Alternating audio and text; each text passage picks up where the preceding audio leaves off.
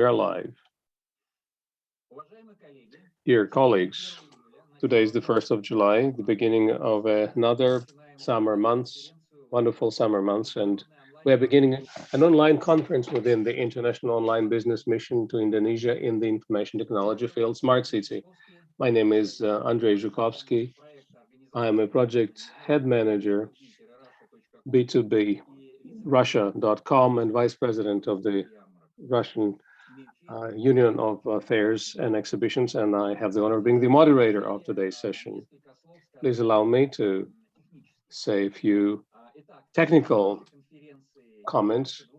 Our conference will last just over 2 hours. We'll have 12 very interesting presentations, interesting speakers. I'd like to ask them to stick to the time limits. I will be reminding you of that. The agenda of the conference is on the website, which you use to sign up for the conference.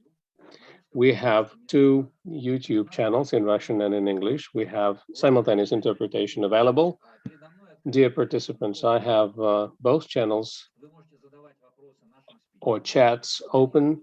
You can ask your questions to the speakers, and I will be making comments to the speakers. I was prohibited from speaking English to avoid problems with switching between channels. I will be speaking Russian, but of course the speakers will be using the language that they're comfortable speaking.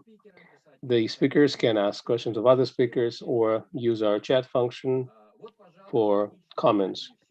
This is all for the housekeeping points. Let's go back to the subject of the conference, Smart City. The topic of smart, environmentally friendly, and livable cities is very important for us. Our civilization is moving towards cities, whether this is good or bad. As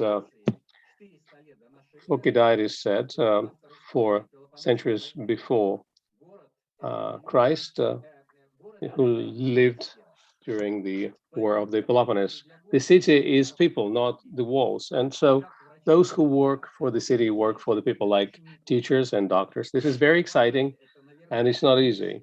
This is a calling, this is a mission. And our business mission that got the best exporters in Russia who worked for people, for the benefit of people, and who do their best, starts today.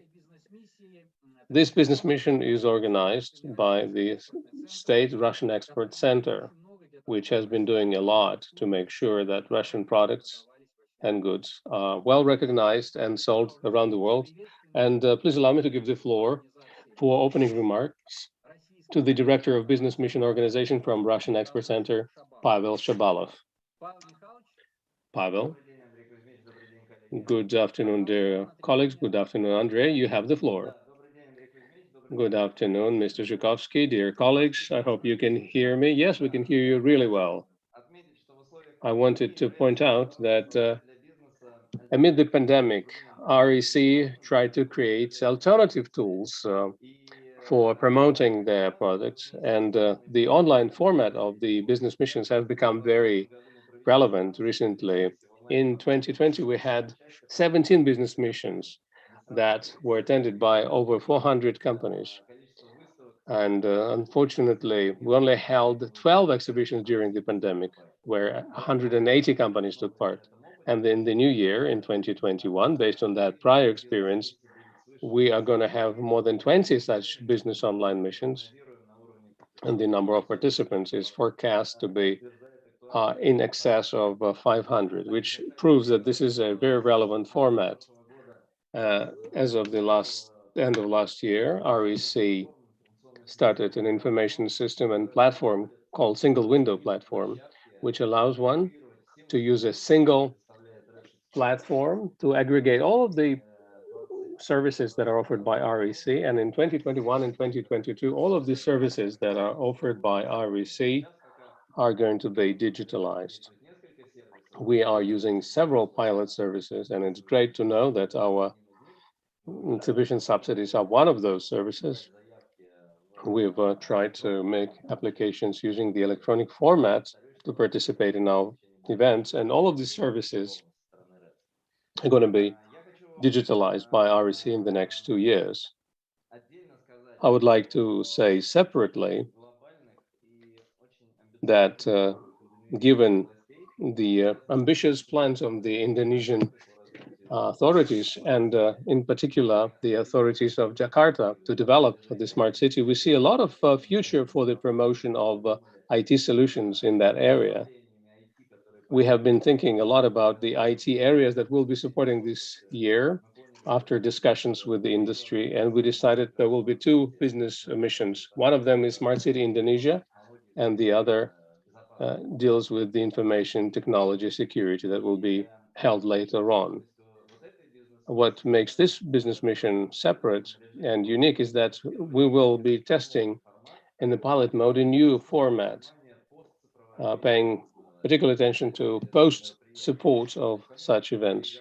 So in addition to the negotiations that will be taking place within a month's time for our 24 companies, we will focus our attention on supporting these results, maintaining these results, because in smart cities, integrator companies will play a major role, and the role of municipalities and other authorities will be quite important. And we are ready to provide the necessary GR support to engage our companies with authorities in Indonesia to ensure that these technologies are implemented there and that contracts are ultimately signed, because we know that the objective of business mission is to establish primary contact, and we would like to make one step forward and use the tools that are available to us as a development institution to help exporters deal with the local authorities and local system integrators in order to uh, get to the level where they can have substantive discussions. At this, I would like to wish you very successful negotiations as part of this business mission, and successful implementation of your interests in the new market and in new areas of cooperation. Thank you very much. Thank you very much, Pavel, for your excellent introductory remarks. REC is changing, continues to changing. We are happy to see that, and we'll be looking forward to hearing more news from you. We move forward. We get ahead. All of strong governments in the world support their producers, and Russia is one of such countries. Let me give the floor now to our key ministry that is responsible for exercising this function in our country, Vladimir Dozhdov, Director of the Digital Technologies Department at the Ministry of Industry and Trade of Russian Federation. Mr. Dozhdov, the floor is yours. Good afternoon, dear colleagues, dear friends. Please allow me to welcome you on behalf of the Ministry of Industry and Trade of the Russian Federation at this event, which we really consider to be very important in the context of our intergovernmental, interstate cooperation, and all of the topics of B2B context between our companies. The overall market of smart city technologies has exceeded $700 billion this year. And if we talk about all of the technology areas that are captured by this term, smart city, this probably is an underestimation. This is a broad range of technologies that includes security, education, transportation, healthcare, urban environment, and many other areas, each of which continues to help develop new ideas, new startups, new projects. Major government-supported projects continue to be implemented, and in all of them, dozens and hundreds of SMEs and large companies participate in.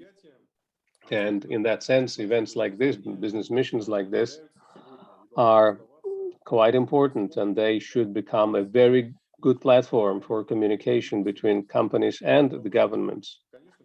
And of course, as Mr. Shabalov has indicated, in this area, the role of the government order is very important. Government support is very critical, and government guarantees for private investments are also quite important. This goes for the projects that they implement and the companies that they invest in. In that sense, the Russian Federation has been uh, developing a very strong tool set of government support, which includes support for all stages of the life cycle of any project in this area, starting with the idea through to developing proposals and then all the way to implementation and replication. As we could hear, the government of Russia is now considering a very important document, which is very important for our industry, the so-called the second package of measures for supporting the development of the IT sector, which includes several different focus areas, including tax incentives, and all the way to direct government subsidies for the development of companies and products. And of course, as all of our colleagues, we have been looking forward to seeing the final document because we believe that this document could become really supportive in implementing international cooperation projects. But nevertheless, our ministry, as well as the Ministry for Digital Development and the Russian expert centers, have been instrumental in supporting our developers and implementing companies that implement solutions in the urban environments using various types of subsidies, grants, and other uh, types of funding mechanisms and facilities to make certification less costly, both on the domestic market and on foreign markets, to simplify the procedure for delivery of hardware and software systems to the destination countries, and to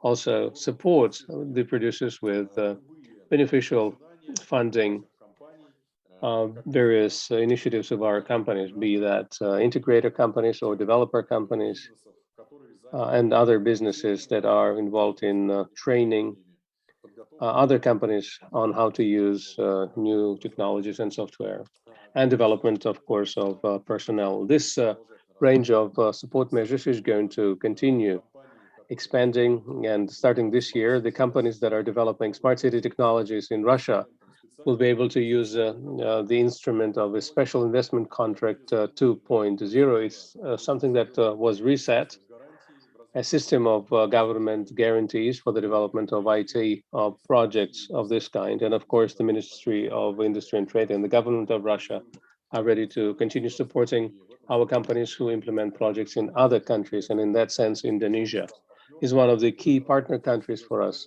who have gathered a lot of experience in this area. Our companies can make use of the services of our trade mission in Indonesia. Our colleagues could work with our ministry in supporting various joint projects, and we hope that the demand for such support will be growing. We are involved in the process of digitalizing all of our services so that they are accessible in any part of the world for those who have access to the World Wide Web, regardless of where they are, what country they are in, or what region they are in. And by the end of the year, we want to move all of our key state and financial support to have them digitalized, to make them available on the platform of the Russian Export Center and on the state information industrial manufacturing system. We will be prepared to help every project, support every project that is out there. And we hope that the companies that are going to be speaking here today and will be sharing their experience, they will also talk about the very promising areas that are quite important for us. I would like to wish you the best of success in your work, and we'll be prepared to help you with this. Thank you very much, and I would like to wish you the best of success. Thank you very much, Mr. Dozhdov. I think that what you said, the point you made, that there are a lot of different support measures that the Ministry for Industry and Trade has been providing to our companies. That was important for all of us to hear. It was important to hear by Russian companies and by Indonesian partners because they help that the government provides to companies that try to enter other foreign markets. This help is quite important, and it's a kind of a guarantee of future success of our foreign partners, success in working with their partners. Thank you very much for your remarks. Thank you very much for your good wishes. And we continue. I would like to remind our listeners that you can ask your questions to the speakers using the comments feature in YouTube, both on the Russian and the English channels, and we move forward, we move ahead. And the topic of support measures that our producers are entitled to will be continued by the head of the customer service project manager, Alexei Mudrikov, at the Russian Expert Center. I have been dealing with the topic of experts for several years, and every time I am surprised to learn that not all of the producers are aware of the support measures they can get from the Expert Center. We have a website, we have lots of conferences, and the single window approach has been implemented, but the information is still missing. So Alexei, please tell us what products have been developed by the Russian Expert Center to support IT expert and electronics. If possible, please try to make it within 10 minutes. You have the floor.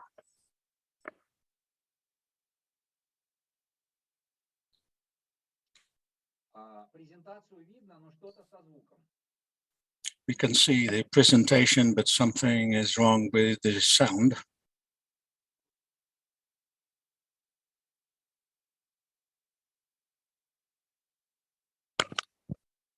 Алексей, включите ваш микрофончик. Коллеги, звук пошел? Да, теперь слышно. Can you hear me? Yes. I apologize for the delay. Good morning, dear colleagues.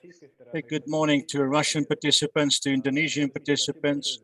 Andrei, thank you very much for the introduction. The Russian Export Center has long been supporting companies of all sectors, including IT companies. And our mission is to continue to share information about their support measures and how this can facilitate to promote IT solutions. I will focus on the measures of support which are available to IT companies in exporting their solutions. A few words about the Russian Export Center group. It includes 3 companies: the Russian Export Center, which is the center of expertise and analytical support for non-financial products, XCR, the only Russian export credit agency, and Roseximbank, which provides banking instruments for exporters. A few words about the performance indicators of RATS Group. Last year, we have supported $19.2 billion worth of export insurance products, $17.2 billion, credit and guaranteed products, almost $2 billion. We, as a one-stop windows, are trying to support IT companies at all stages of export, including budding exporters. This slide shows the kind of ICT company support measures that we are using for exporters. For the companies who are only starting their activity in external markets, there is a training program, including webinars, offline seminars, provide information about the topical issues, including marketing aspects, negotiations, and specific features of various countries, currency legislation, and so on and so forth. Also, for promoting the Russian solutions to foreign markets, there are some tools as search for foreign buyers, and representatives of Russian export center in various countries. We have representatives in 9 countries, not in Indonesia currently, but we have support from trade missions and Russian Ministry of Trade and Industry and other organizations. For companies who decided what they want to export, there is a patenting and certification,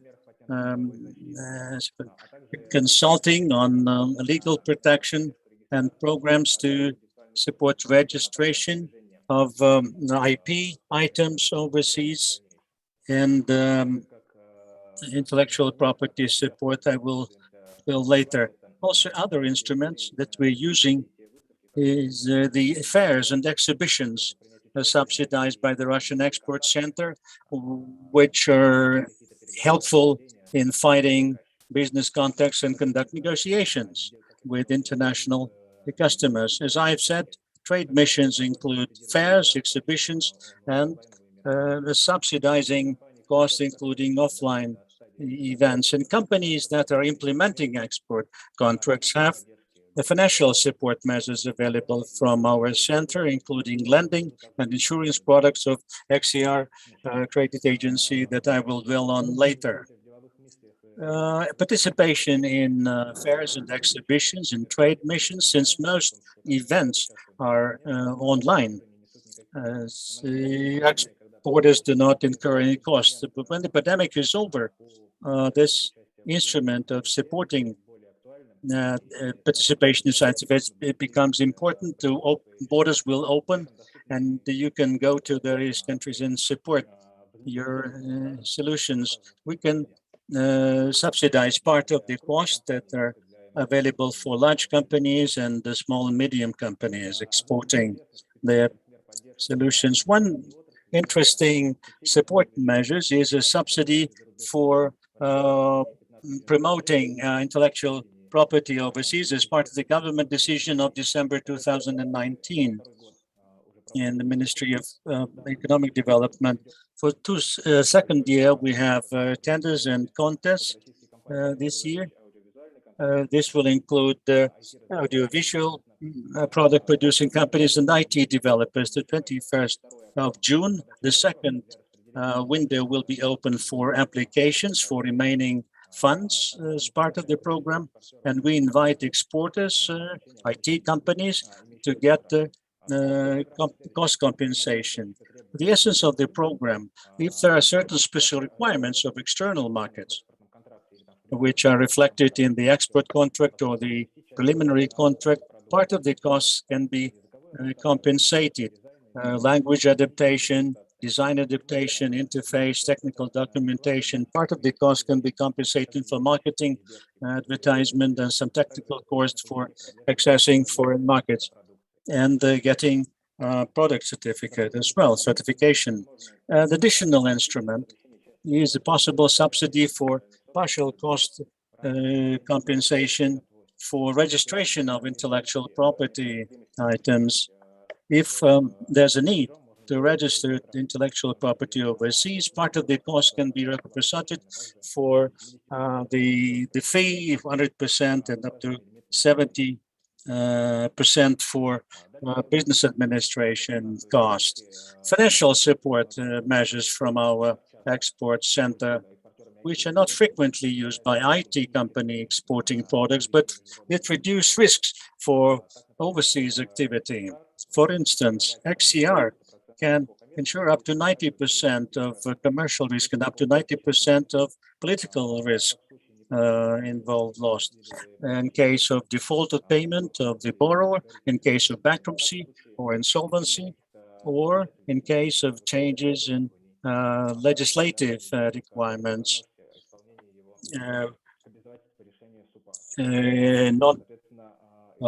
non-payment or refusal to repay.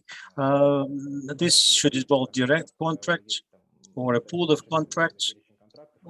There's a list of contracts and where the liabilities should be insured from non-payment. This instrument should be actively used, and we are ready to consider all kinds of countries, including Indonesia. We have a credit limit which is quite substantial, and we can consider a limit for a specific country and provided with high quality and big size. With regard to XR,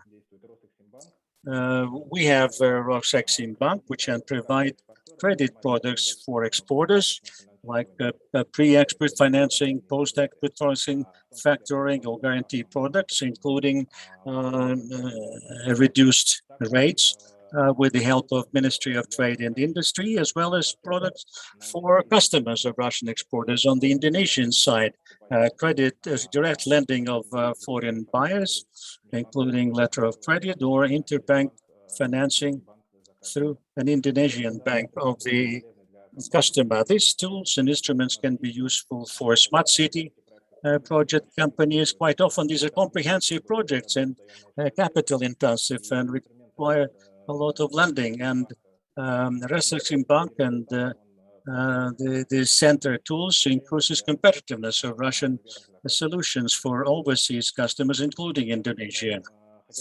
So much for what I had to say. And for my brief presentation, these are my contact details. I'm dealing with the Russian export and working with accounts. Thank you very much, Alexei.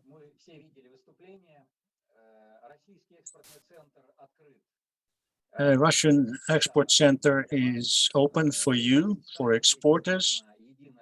There's a site, one-stop shopping, and Russian Export Center is evolving.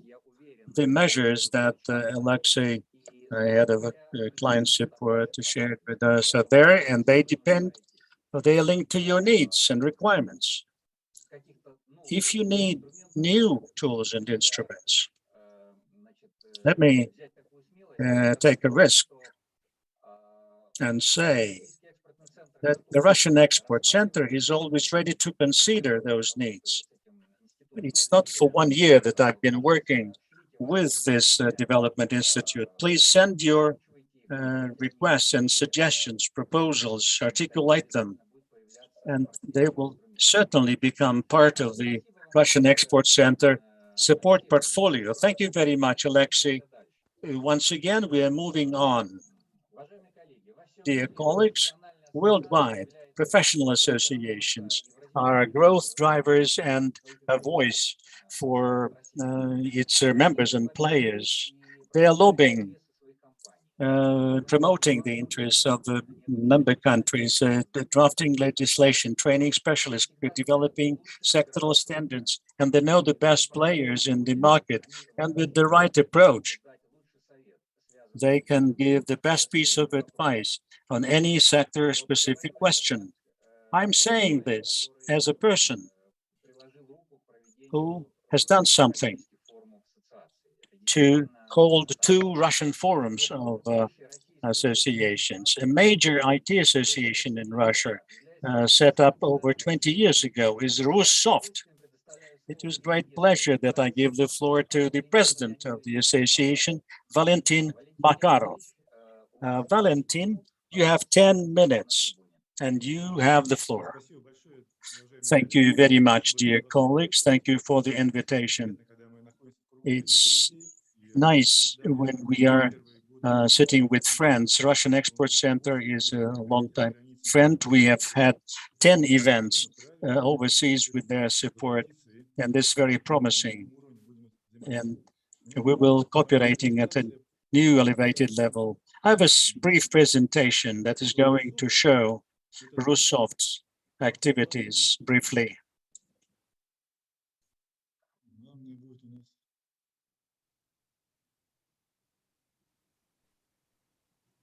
And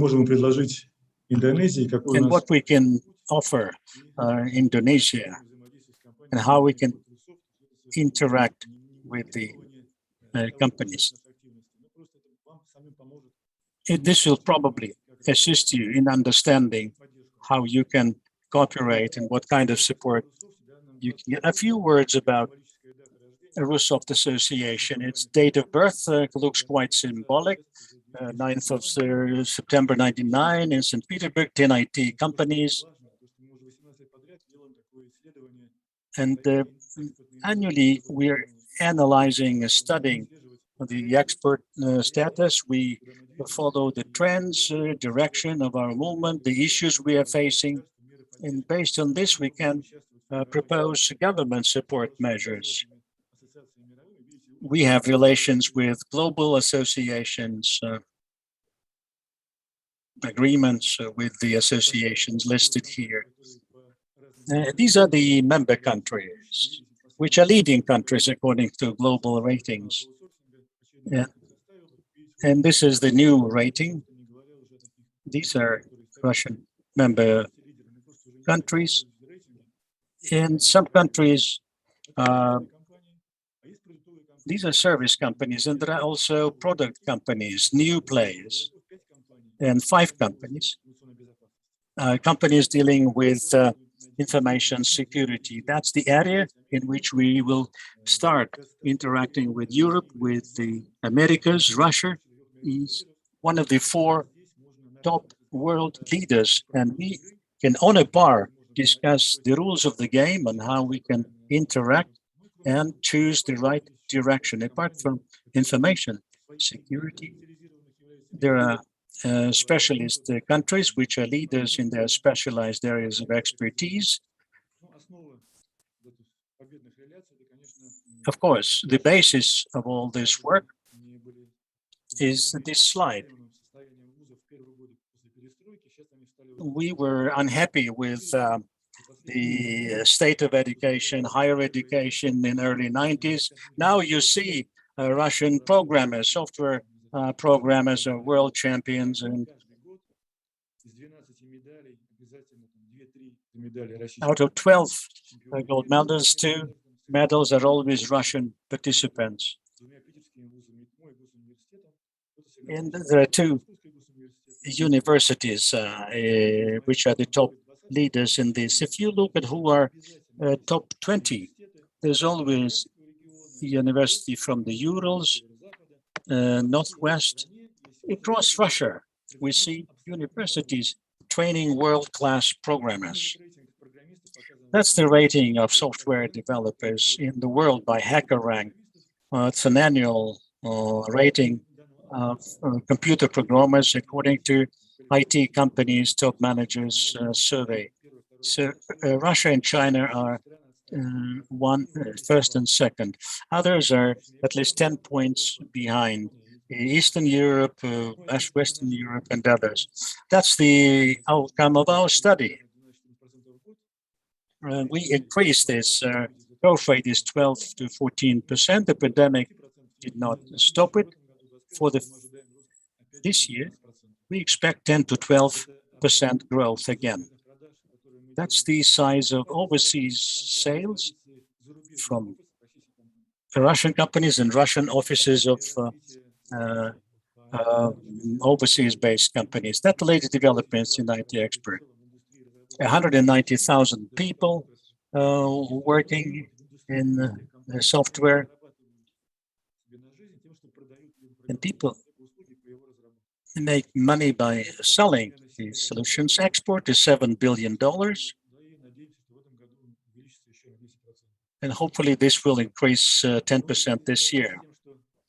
And compared to what is going on worldwide, according to Gartner predicted a fall and decline. Despite their predictions, we continue to grow, and 5% last year. And in recent years, Russia has become a real alternative provider of solutions in high tech for the new technological mode of life and production. Big data, AI, databases, VR, all these wonderful names. The major. With regard to the assessment by companies of how COVID pandemic impacted Russian software industry. Everything related to education, trade, it grew up. Fortunately, and there was no big negative scenario, which we outlined for the government in the beginning of the pandemic, and the government decided to meet us halfway. And we see the role of the industry, not just critical. We see this transformation is underway not only in Russia but worldwide, and the possibility of being involved in transformation in an evolving world is a critical advantage. AI, a whole series of sub-areas where we can work together. Developing countries, including Indonesia, the markets, the United States, despite of geopolitical aspects, it continues to be a priority. We are reducing our share over 50% still. These are sales there. We have to compete. Otherwise, we will lose our competitiveness. What's important is that in developing countries, the sales volume and the share of that market in our overall sales has grown from 5 to 11% in the past 3 to 4 years, and this will continue to grow. The Russian market is being transformed, and we gain experience, we gain money. The government initiative on reducing the tax burden and tax load. It's a new tax system which is under improvement. It is in this complex segments that we can interact with you. With regard to what we can propose and offer to Indonesia, together with the Russian Export Center, we were in Indonesia, and it turned out there was so much we share in terms of interest. So younger generation is growing. They want to enter this new market using this new technological mode. And of course, your desire has to be supplemented by your capabilities, and Russia can help Indonesia and other countries like that to enter this new mode. There's a lot of opportunities, and they know that Russia is a friend.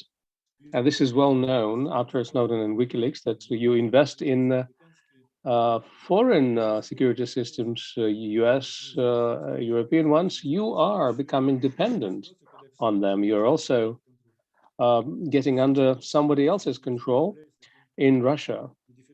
This industry is different because we're offering a new model of maintaining business. We need to provide platform solutions. We cannot just provide a part of that because countries like Indonesia would not be able to implement this part of the system into the overall system. You need to develop and provide them with the greater system, a whole holistic system, and they would be able to use a complete system and all the way down to the last mile instead of a black box. And we will be able to develop solutions and applications that will be able to operate in the environment in a particular country. And security systems will need to assure that your data is safe, that it is not leaked, stolen. And we operate very openly with developing nations. We're opening, or rather offering, a business model where we are growing a system together with our partners, but we do not interfere with the control over the system. This is great. And I hope that we are going to be able to work in that domain as well. Cybersecurity is a #1 priority area where we offer our services, but of course, anything else that is related to AI, big data, virtual reality, all of these new areas of technology are offered by us as a potential area for cooperation. We live in the age of electronics, which is the backbone, but we offer new countries to move on to new technologies. Now, everyone is talking about the quantum computer, and for a while it's going to be shaped, this idea will be, but there's this idea of quantum key distribution, something that will allow you to make your systems secure and safe from any interference from outside. And this is where we are ready to offer our cooperation and interaction. Maybe not right away, but once the Russian regulator has allowed us to create joint systems for secure data transmission. And that will allow us to create systems, cyber physical systems, to get united in a smart system with telemedicine, um, Industry 4.0 production, and things of that nature, things that will allow us to elevate the economies of Russia and other countries to a new level. And this is possible if we secure these systems using new technologies for that. And this is something that can be done with not contemporary systems, but with the future systems, because the current systems are electronic based. We need to move to a principally new type of security, and we would want to work with Indonesia to provide a new level of security and use that to implement cyber physical systems. We are prepared for that. We are urging our partners, potential partners, to get engaged with us, and we know that technologies are not universally developed in all countries, and we are ready to work in different areas where you need simpler systems. We will be able to provide quick transformation solutions and move on for healthcare and for other systems as well. And there are also state-of-the-art systems, platform-based systems, where we would be prepared to work on in consortia with companies, providing secure systems, offering the broadest range of products and services to operate in such complex systems. That's all I had to offer. This is just an example of our project. We call it a Eurasian Quantum Way, something that should cover the entire Eurasia and provide advantages not to one specific country, but to all countries in Eurasia that would be able to use this infrastructure to implement their cyber physical systems. This is all I had, and I'm ready to take your questions, if any. Thank you so much, Valentin. It has been a very engaging presentation. I hope that our partners and colleagues from Indonesia that are present in this conference will definitely pay attention to your practical suggestions. I can say once again, there's a question, why would company want to join the Rustsoft Association? If I may, I would like to say on my own behalf, the answer is obvious. The association or associations worldwide play a key role in developing their industries. You cannot work alone. It's very different from working in a company of like-minded people. People you can exchange your and share your experience with, and the government perceives these associations very differently if you are a member of such an association. And the same goes for foreign partners. They look at you differently if you're a member of such an association. Valentin, Mr. Makarov, maybe you can support me in this idea. Yes, definitely. I would also want to add to this that associations they drive the positive image of the industry. And those that are part of the association, they have a credit of trust. They have produced the impression that you are already accepted, validated by the association. Therefore, you can trust them. And local partners trust you. We have also had experience when we work together, we create consortia, and we can find a local partner for your area of expertise and work with that partner together. It's very difficult to find a partner that would be able to have expertise in all fields. And rather, it would be another case where you would have several companies from different areas and you would build consortia. It's very important for companies that work together to trust each other. And that is a major strength that will allow you to overcome various barriers. I do support you vehemently. And I'd like to say that for our Indonesian partners, it is important that we have here in Russia a very good programming culture.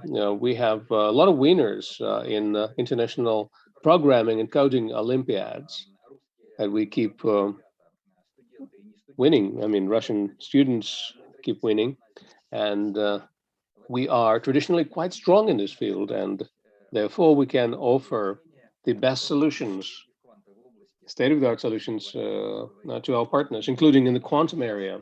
That's what Mr. Makarov was talking about. Thank you very much, Mr. Makarov. Thank you. And I wanted to make just last comment. Companies that participate in the mission and at the exhibitions, they learn there. They see how their potential partners work, and they learn how to operate using that same standard. They are learning how to use marketing techniques, interacting with local representatives, and I would like to urge you to join our association. That will really help you with your business. Thank you very much, Mr. Makarov, once again, and we move on. And finally, we move to Indonesia. This is one of the largest countries in the world, so with the population twice as large as Russia's. The country with the total land area of 2 million square kilometers, an amazing country where the number of businesses is mind-boggling. I was really taken aback. And this is what one of our speakers will be talking about later on. But for those of you who haven't heard this, in Indonesia, they have about 63 million businesses for 270 million people of population. And I would like now to give the floor to Maria Mitsura, head of the economic department of the trade mission of the Russian Federation in Indonesia, and a representative of the expert support group in Indonesia. Ms. Mitsura, please tell us about the outlook or prospects for cooperation in the area of information technologies. Good morning, dear colleagues, dear Russian exporters.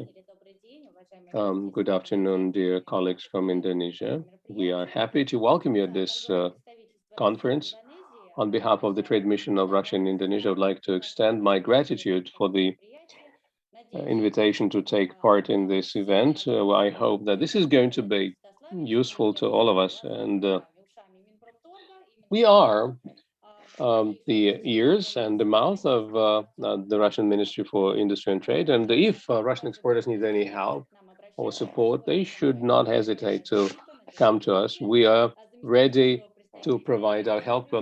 Ilya Kuznetsov, deputy head of the trade mission, and Ilya Manakov is also involved in the promotion of information technologies. This is our great guard. We are going to be talking about the development of the IT sector in Indonesia. We'll speak about a few moments separately. The digital area is one of the promising areas in Indonesia in terms of the economic development, and the capacity of the market of over 270 million people requires that you modernize your industrial sector and implement information technologies. This creates opportunities for implementing new technologies. Indonesia has been evolving quite rapidly in the digital sphere, especially after the COVID-19 pandemic required to do this. Less than 1% of the population in 2020 was involved, and it grew by 10.6% in 2020. And the same aggregate growth rate is expected for the next 2 years. And of course, this includes e-commerce, fintech technologies, and smart city technologies. And we believe that in the nearest future, this will become one of the key drivers of economic growth in the country and will help the economy to recover and build back better. I will talk about the structure of internet users in the country. In the first quarter of the year, the number was over 206 million people. That's 74% of the active population from 16 to 64. They have access to the internet. However, only 96%, about 200 million, enter the internet using their mobile services. Therefore, there's a lot of opportunity for developing applications and an opportunity for adapting mobile versions of the websites. There are 5 digital startups, so the so-called unicorns, the companies with a capitalization of over $1 billion dollars, like Google, Alibaba, and others. And overall, the capitalization of these companies is over 50% of all similar companies in the Southeast Asia. E-commerce is evolving, and the overall value of the goods that were sold through the internet, such as Decapedia, which has over 130 million monthly unique users, Shopee, Bukalapak, Lazada, it exceeded 44 billion US dollars, a growth of over 30%. Of course, this was stunted by the pandemic and restrictions. By 2025, this level of the gross value of goods sold on e-commerce platforms is going to be $183 billion.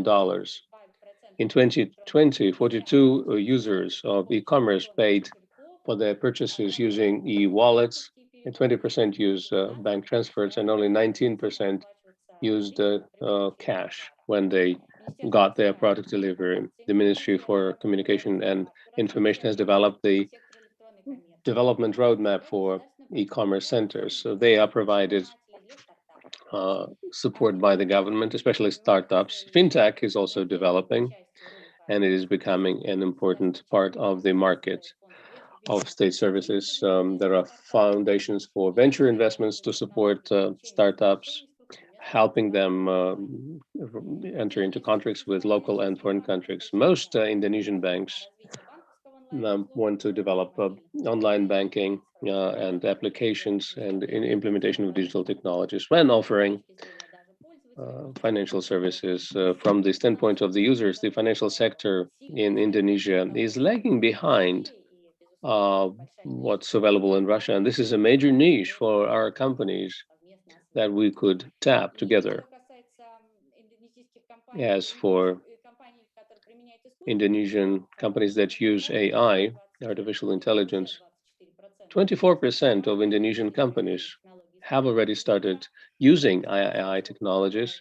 Robotics are used in fintech and in support services, banking services, mobile communication services, retail for essential goods. And of course, greater digitalization is prone to additional risks, as evidenced by the report on the Agency on Cybersecurity and Cryptography. The number of crimes in this field has increased from several million to over several dozen million cases, and there is a trend towards the growing number of attacks on state structures and state organizations. And during the presidential election, the Central Election Committee was attacked several 100,000 times, and that amounts to losses of several $1 million a year. The government is paying a lot of attention to the development of the urban infrastructure. The country is urbanizing rapidly, which is the topic of our today's conference. Indonesia has developed a general plan for the development of these smart cities, and the pilot smart city program was launched in Jakarta, in the capital. It is also being replicated in 7 large cities and in a number of small ones. A cashless system for paying for the public transportation has been introduced.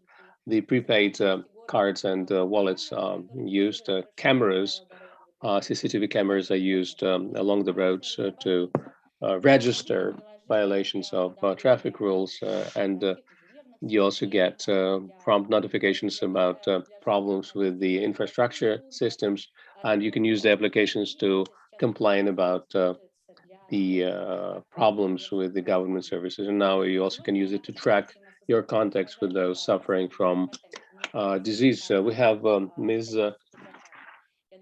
Rika Zikraya from the Marketing and Communication Department from the Jakarta Smart City Management Unit. I will not steal her thunder. Let me say in the end that the digital sector in Indonesia is definitely a promising area for Russian companies over the last years.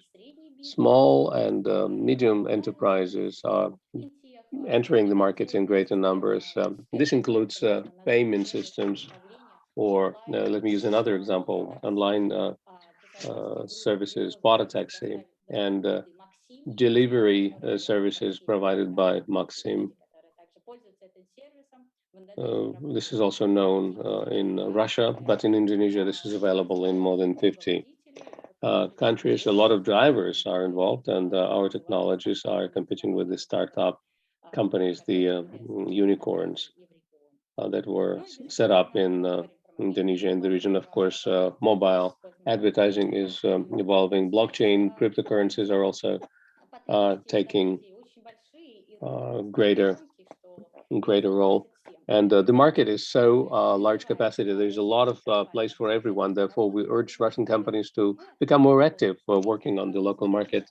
And we are going to be ready to help you with that in any respect we can. Thank you very much. It was great to welcome the Russian companies that have come to Indonesia before, and the association that we met at our exhibition. T8, ISS, and other companies are well known to us, and we hope that we're going to be able to continue this interaction. Thank you, and we wish you a lot of success with your conference. Thank you very much, Maria. We finally have some questions for you. Please tell us. Well, first of all, they thank you for your presentation. Vladimir Burgov is thanking you for organizing communication with the Indonesian partners and resellers that allowed you to organize a number of deals and transactions. Please tell us, do you organize any kind of support, not just for the vendors, but also to trade intermediaries, resellers, and distributors? If you can, please give us a short answer. Если у дистрибьютора или ресейлера есть доверенность от компании, есть право представлять их интерес на индонезийском рынке, безусловно, мы также можем оказать поддержку. Спасибо. И госпожа Галимуллина задает вопрос. Вы могли бы вот так вот сказать одну-две основные проблемы? There is another question. If you can tell us about the problems that Russian developers face trying to access the Indonesian market. What are the major issues they face? How can you assist them? Lack of knowledge of the local culture, the attitudes, and what works in Russia. Online taxis, for instance. This can work differently than Indonesia. Mentality should be taken into account. Greater culture knowledge and products should be adapted to the requirements of the local market, specific online taxis. In Russia, we use discount coupons for the first ride. In Indonesia, to attract clients, you need to have organizations. For instance, drivers' organizations for this community, for this neighborhood, for this district, who will be wearing their special uniforms, driving with banners and promoting your services. In Russia, it will not work. And one should change the mindset and approach. Thank you very much, Maria. I want to thank your colleagues. Dear exporters, please contact the trade representation in Indonesia and find out the important details. The devil is always in the detail, and the secret of a success as well. And find out the important things about working in Indonesia. Thank you very much once again for your presentation. We go deeper into Indonesia. The next speaker is Ivan Romano, Director General the Creati Mandarini Technology, an in-depth view, expert view of the IT market the needs of the market and specific and special features. Ivan, you're welcome. You have the floor. Looking forward. Okay, thank you. Thank you for the introduction. Good morning, Russia. Hope all of you are great and healthy. I want to introduce myself. My name is Ivan Romano. I have a Russian name. I'm proud of that, but believe me, I'm 100% Indonesian people. I want to share my presentation. Hold it, okay. Let's share, okay.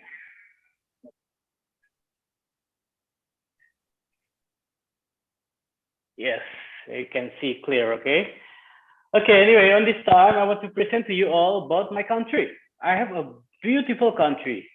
You know, Indonesia have a 34 province, 415 regency, 93 cities, and 17,504 islands. It makes Indonesia is the largest archipelagic country in the world, and with Jakarta as a capital city. Now, Indonesia have a big amount of people, around 270 million people. It makes Indonesia as fourth most populous country in the world. With that reason, Indonesian people have many variety of needs that must be met.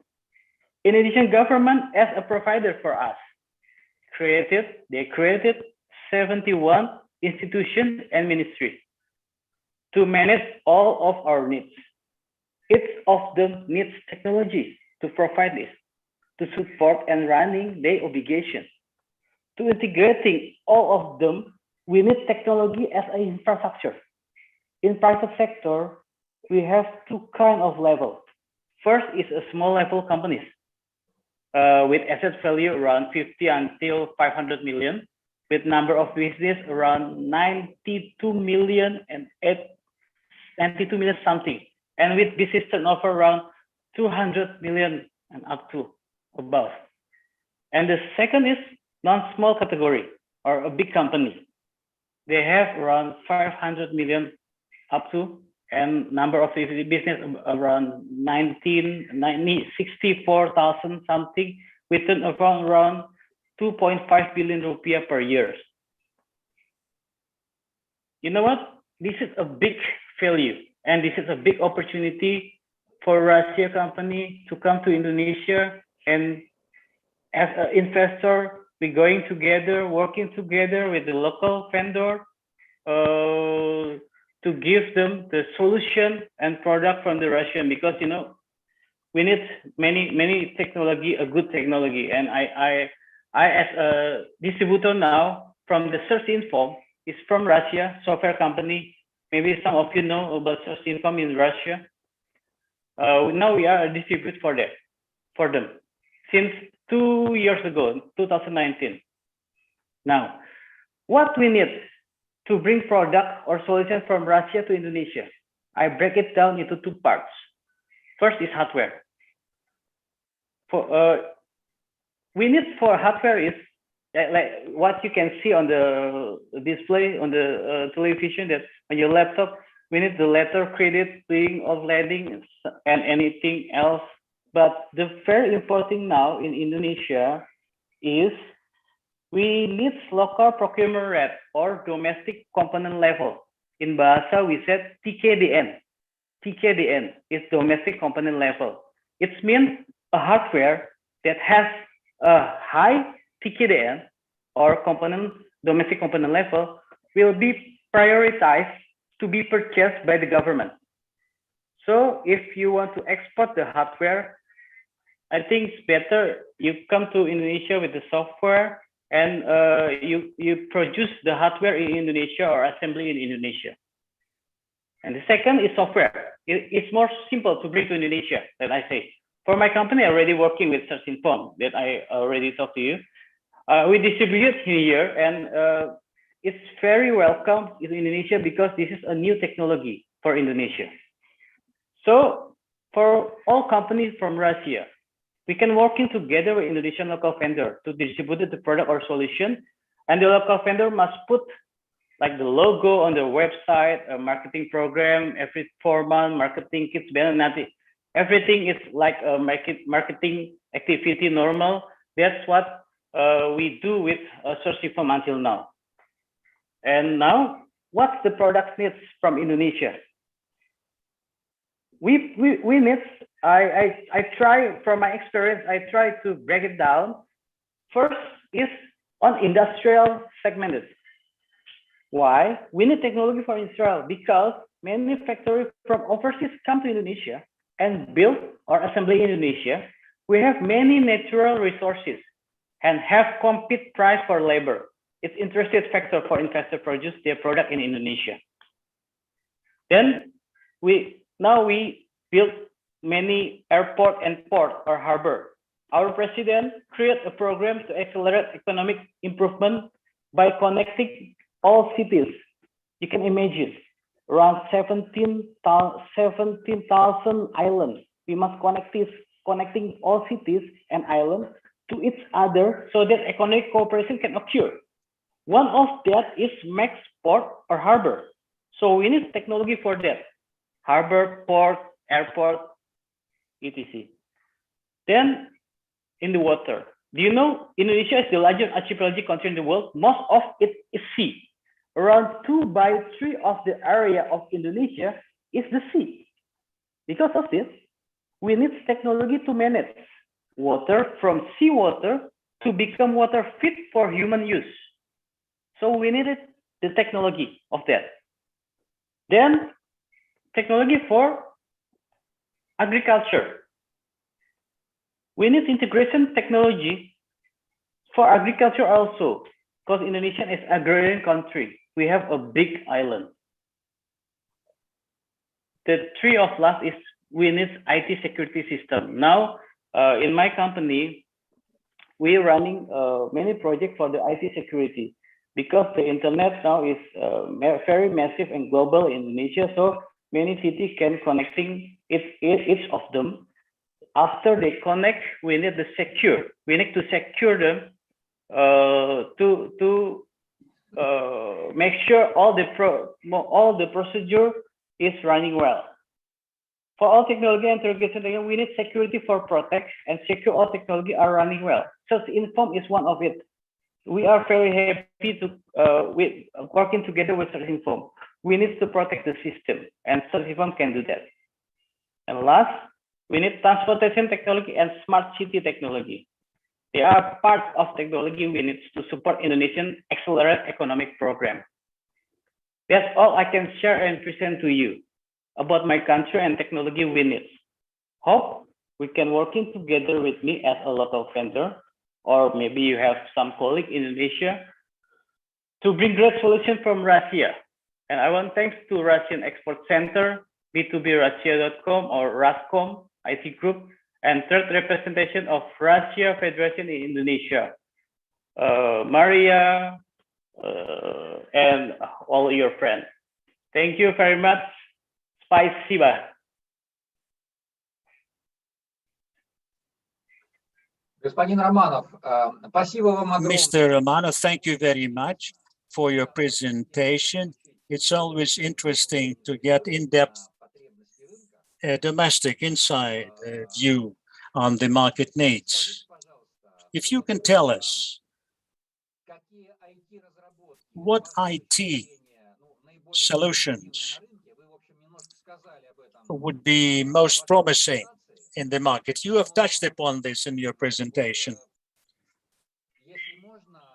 If you can link this to another matter, in your view, what Russian solutions will win? And Dennis is asking this question. What kind of Russian solutions are winning in Indonesia based on your experience of working in your company? What is this success? What is it based on of Russian solutions winning business in Indonesia? Okay, in my experience, I think Russia can win in the area of the cybersecurity for the IT security. because Indonesian people look that Russia have a good military, good defense. So I think there is a good solution from Russia if we can give the solution from the IT security or cyber security. That's from my experience.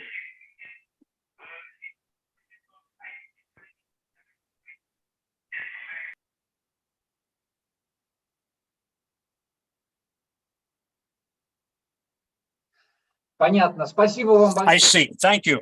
Thank you. Спасибо огромное. Ну, Thank you very much indeed. мы вынуждены двигаться дальше. We have to move on. Немножко выбились даже из We are a little bit behind the schedule. It's been quite interesting. Коллеги нас простят. Colleagues will forgive us.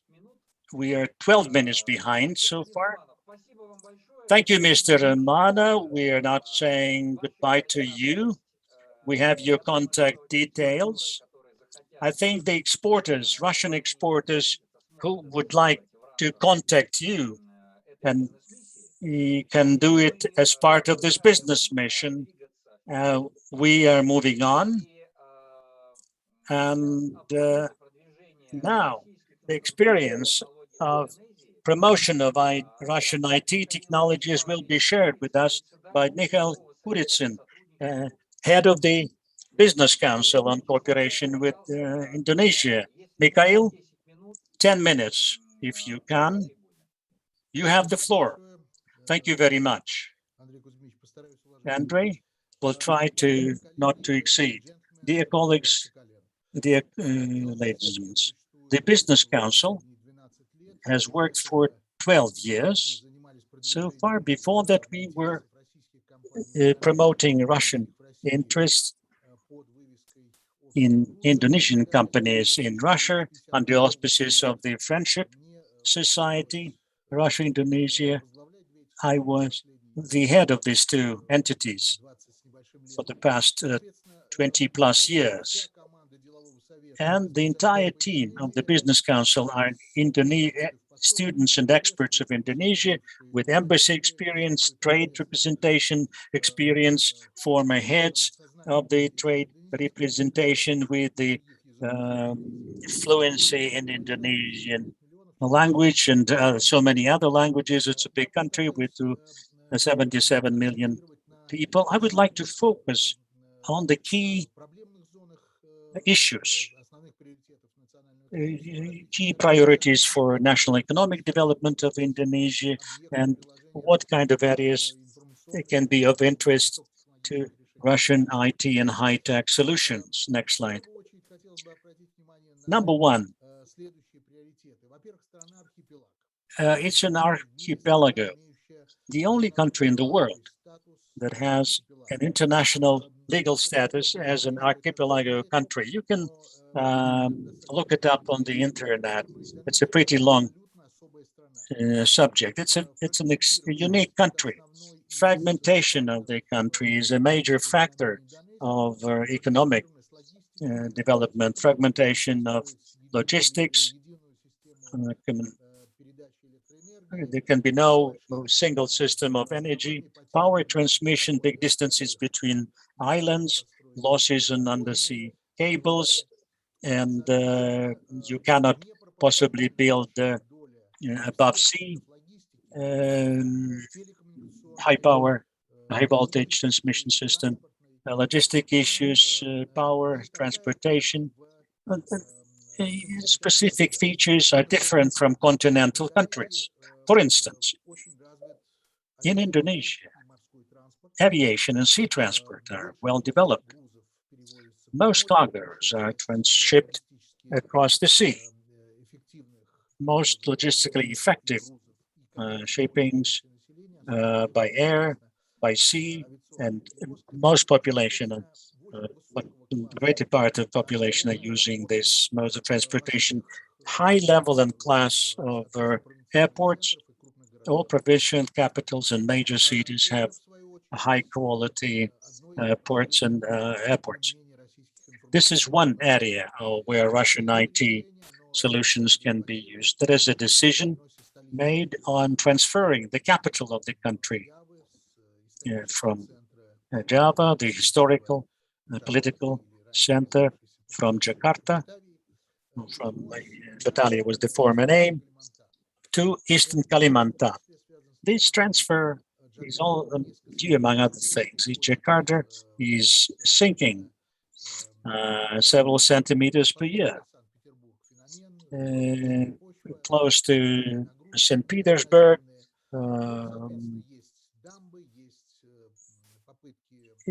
they're building dams and attempts to withstand this process.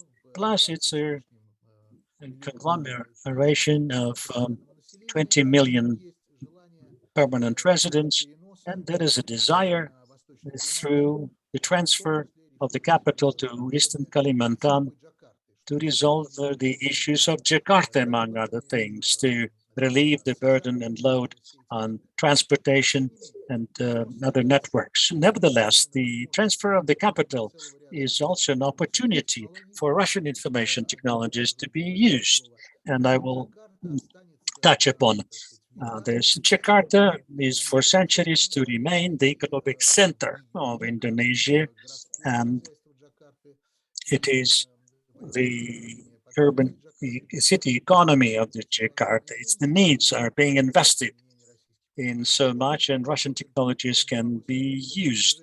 We are working closely as the Business Council to promote Russian IT companies, also under the auspices of associations. The government of Moscow is an example. Sergei Cheryomin, a deputy mayor of Moscow, Deputy Prime Minister of Moscow. Визит вот 1,5 года назад и успешно провели его, под это провели как обычно. We prepared for his visit and we conducted a major business forum, but that was before the pandemic. And now we have switched to the video conference format. Despite these difficulties, we are there on a monthly basis. We have an office there. We interact with the trade mission and the embassy, helped by the Ministry for Foreign Affairs, Ministry for Industry and Trade, and other industries. We are promoting Russia's economic interest in Indonesia, including the promotion of Russian IT sector. We have already discussed telecom and cybersecurity, and in Indonesia, the share of telecom is disproportionately huge because of the island nature of the country. And cybersecurity is a separate topic. Mr. Ivan Romana very eloquently emphasized these priorities. A couple of words about the aerospace industry. We, at one point, interacted with Russian other organizations, implemented the launch of a Malaysian cosmonaut, and we're now trying to do the same thing with the Indonesian astronaut to launch an Indonesian cosmonaut to the International Space Station using the Russian launching facility in 2 years. We cooperate a lot in the area of space exploration, and inside that, the IT component is very important. It includes geo-positioning, GLONASS, remote Earth sensing, geo-foundation, and a lot of other parameters that are taken into account. They're quite important when you support these efforts using the right software and hardware. Another important, another very important sector for Indonesia is the agricultural sector. It's very close to the equator. The conditions are very favorable. The country consists of a lot of volcanic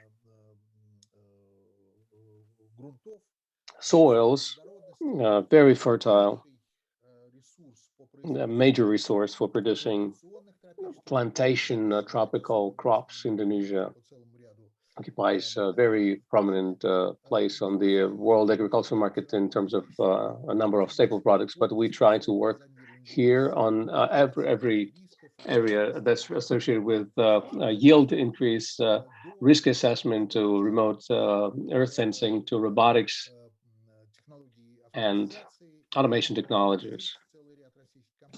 And here a number of Russian companies have expressed their interest as far as the IT goes. The environment and mineral resource management are important components for the economy of Indonesia, for their sustainability and survivability. And in Indonesia, the waste disposal and management is quite acute. That also includes emission reductions. And Indonesia is one of the major tourist destinations in the world, and therefore the quality of the environment is something that is driving the income or revenue of companies in this area. And therefore IT technologies are quite important here. And we have been supporting Russian IT companies quite a lot as the Business Council. We have a mirror Indonesia-Russia Business Council. There are two councils like this, and working together, we are promoting our interactions between IT companies. We're going to be continuing our support and help. And I would like to make a couple of more notes about the importance of the energy sector in the area of economic development of the country. This is one of the key stumbling blocks on the path to economic development. Indonesia has been growing very rapidly over the last 50 years, more than 5% per year. And that's one of the highest numbers in the world, greater than in China over the period of 55 years. China did have higher growth rates over a certain period of time, but not over a long stretch of time. And the energy sector is one of the bottlenecks. And the energy sector is fragmented. Some estimate that Indonesia has the greatest number of energy facilities in the world, because you cannot just build several large power plants and then transmit power from one island to another. Everything is fragmented.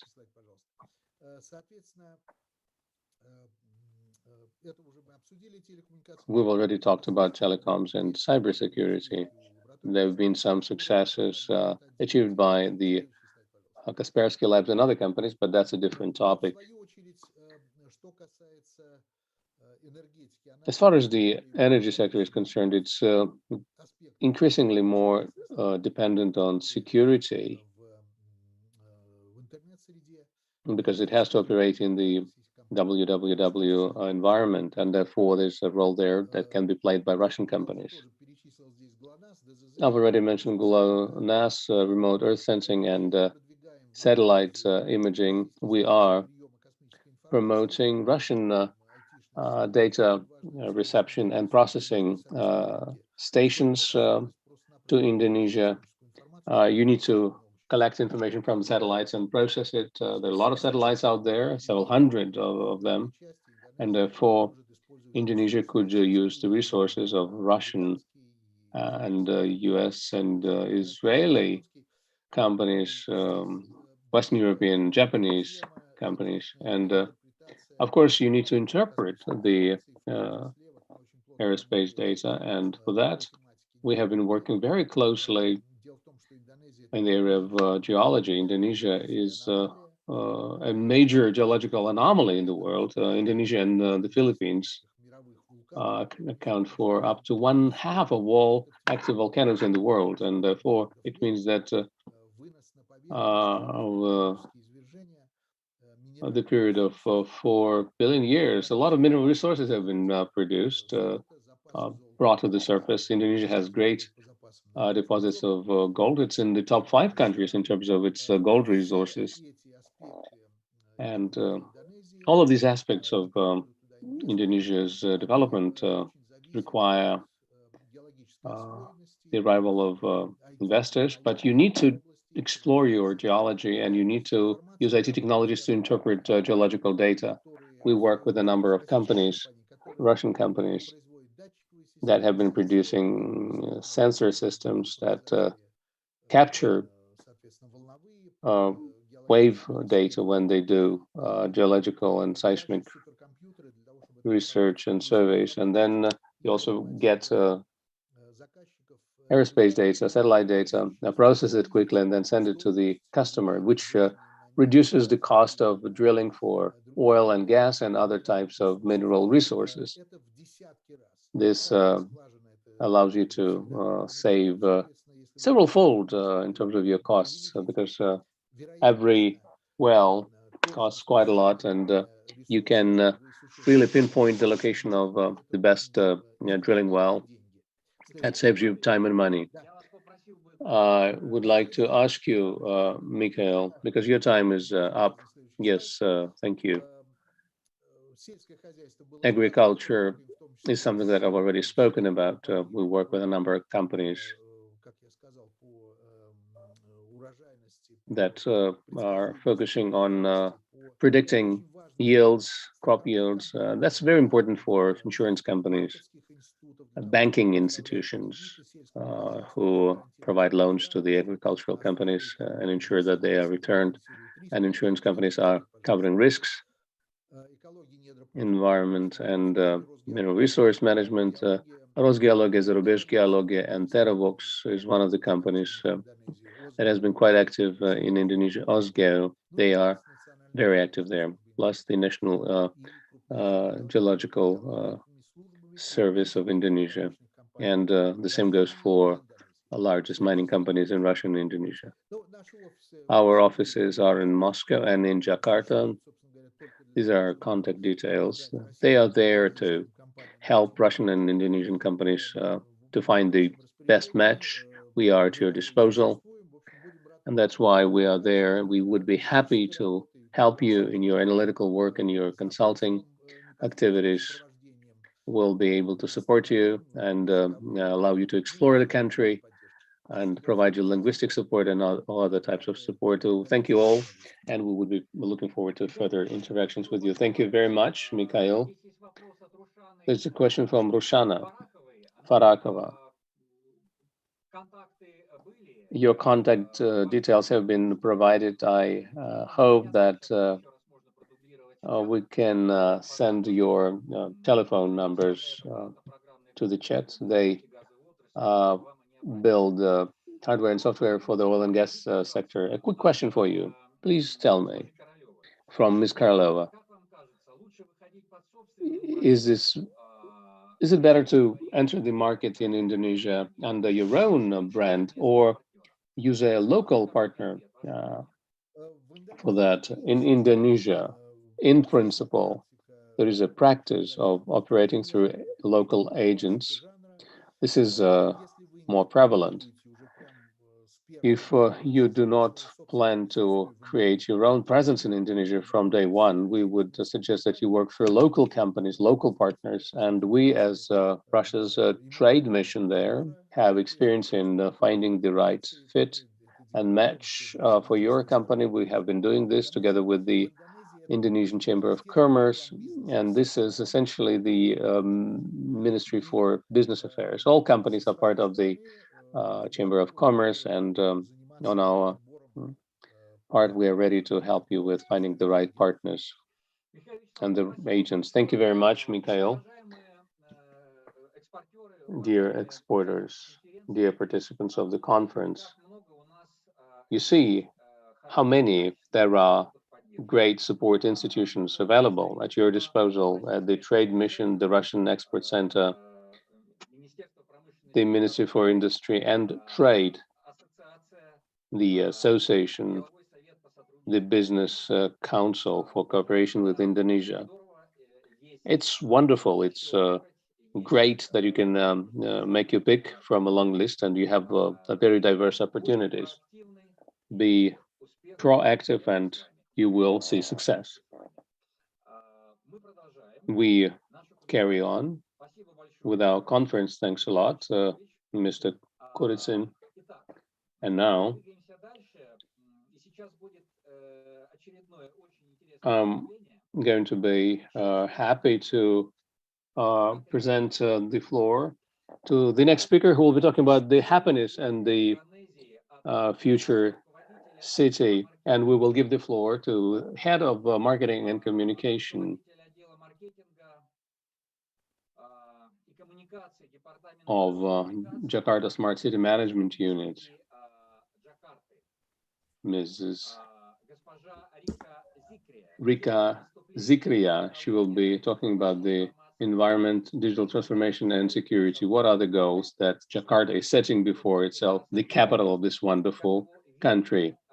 What is the vision for the development of the city in the eyes of its government and its people? Mrs. Zikria, you have the floor now. We look forward to your presentation. Thank you. Let me share my screen.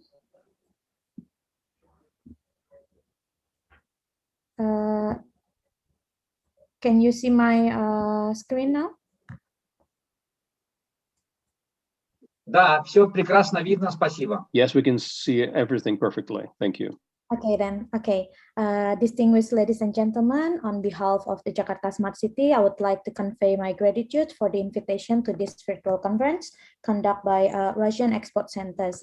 And let me introduce myself. My name is Rika. I'm the head of Marketing and Communication Unit at Jakarta Smart City, which is a management unit under the Jakarta Provincial Government that in charge in organizing ecosystem development for the implementation of Smart City in Jakarta. So for today's presentation, I would like to share a bit of what we do to develop smart city ecosystem in Jakarta. Okay, there are many ways to explain a smart city. Some may say the new and smart technology options, some may say digital government or e-government, and many other definitions.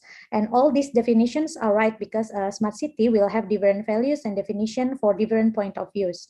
In our case, smart city is how we are transforming Jakarta into a smart and innovative city for the sole purpose for the happiness of its citizens, just like the visions of our governors. So if we see the evolution of city, it starts with city 1.0, where citizen acts as a resident and the government acts as an administrator, and the interactions between both with only just a socialization of development agenda. But it has evolved, and now in Jakarta, we are aiming to develop city 4.0, where the interactions between government and citizens is in the shapes of collaborations. So it means that the development is no longer only conducted by the government, but we also collaborate with the citizens and all related stakeholders. In this phase, government acts as a collaborators of the developments, and citizens with all related stakeholders acts as a co-creators of the developments. Of course, when we're developing City 4.0 and also smart city ecosystem in Jakarta, we also take into account the current global challenges, which is the COVID-19 pandemic, that are really affecting government around the world to manage its city, including Jakarta. This pandemic brought to us challenges such as health, economic, and environment crisis. However, it also brings the new opportunities, which are digital life breakthrough and the potency to strive for a greener environment in the futures. Overall, this pandemic has enhanced the value in life and livelihood itself. So in Jakarta, now we are shifting our future smart city visions to cover these four things. We want to build a smart city that also is the pandemic-proof cities, the resilience to crisis city, the digitally advanced city, and also the sustainable and livable city for the citizens of Jakarta. Those has bring us to develop an innovative ecosystem to achieve the future smart city visions. We aim to develop a digital and community-oriented development. We want to build an inclusive and personalized welfare service systems for our citizens. We want our government to evolve as an agile and data-driven government, and we want to create an adaptive economy and support experiential industries.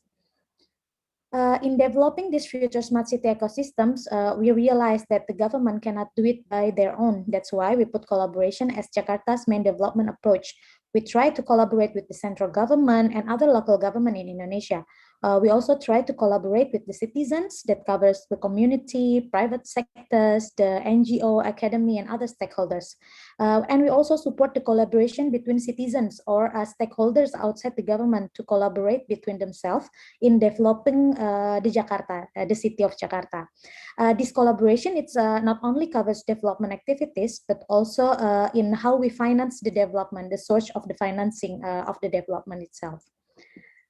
As I stated before, the notions of Smart City 4.0 is initiated to improve active participation and engagement of city co-creators such as city stakeholders and residents for building a better Jakarta.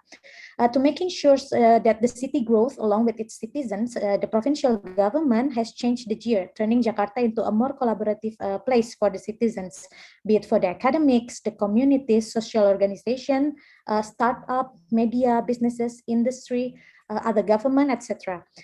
Realizing that fruitful collaboration will then be sustained without a supportive ecosystem, then Jakarta Smart City has come into the spotlight through various emerging technologies and innovations that we have in Jakarta Smart City, such as a big data, artificial intelligence, Internet of Things, cloud system, blockchains, etc. Jakarta Smart City acts as a bridge for the citizen and government in addressing city's problem and fulfilling the citizens' needs. This way, we can overcome all the challenges together and creating an innovative city together. And of course, by the end of time, we will ensure the happiness of the citizen of Jakarta as our governor vision. So in the journey of building the Smart City 4.0 ecosystem, Jakarta Smart City has a solid framework or foundation to ensure that every product and services that we produce, it's outcome oriented. We introduced the Jakarta Smart City 4.0 framework to make vision clear, understandable, and of course implementable.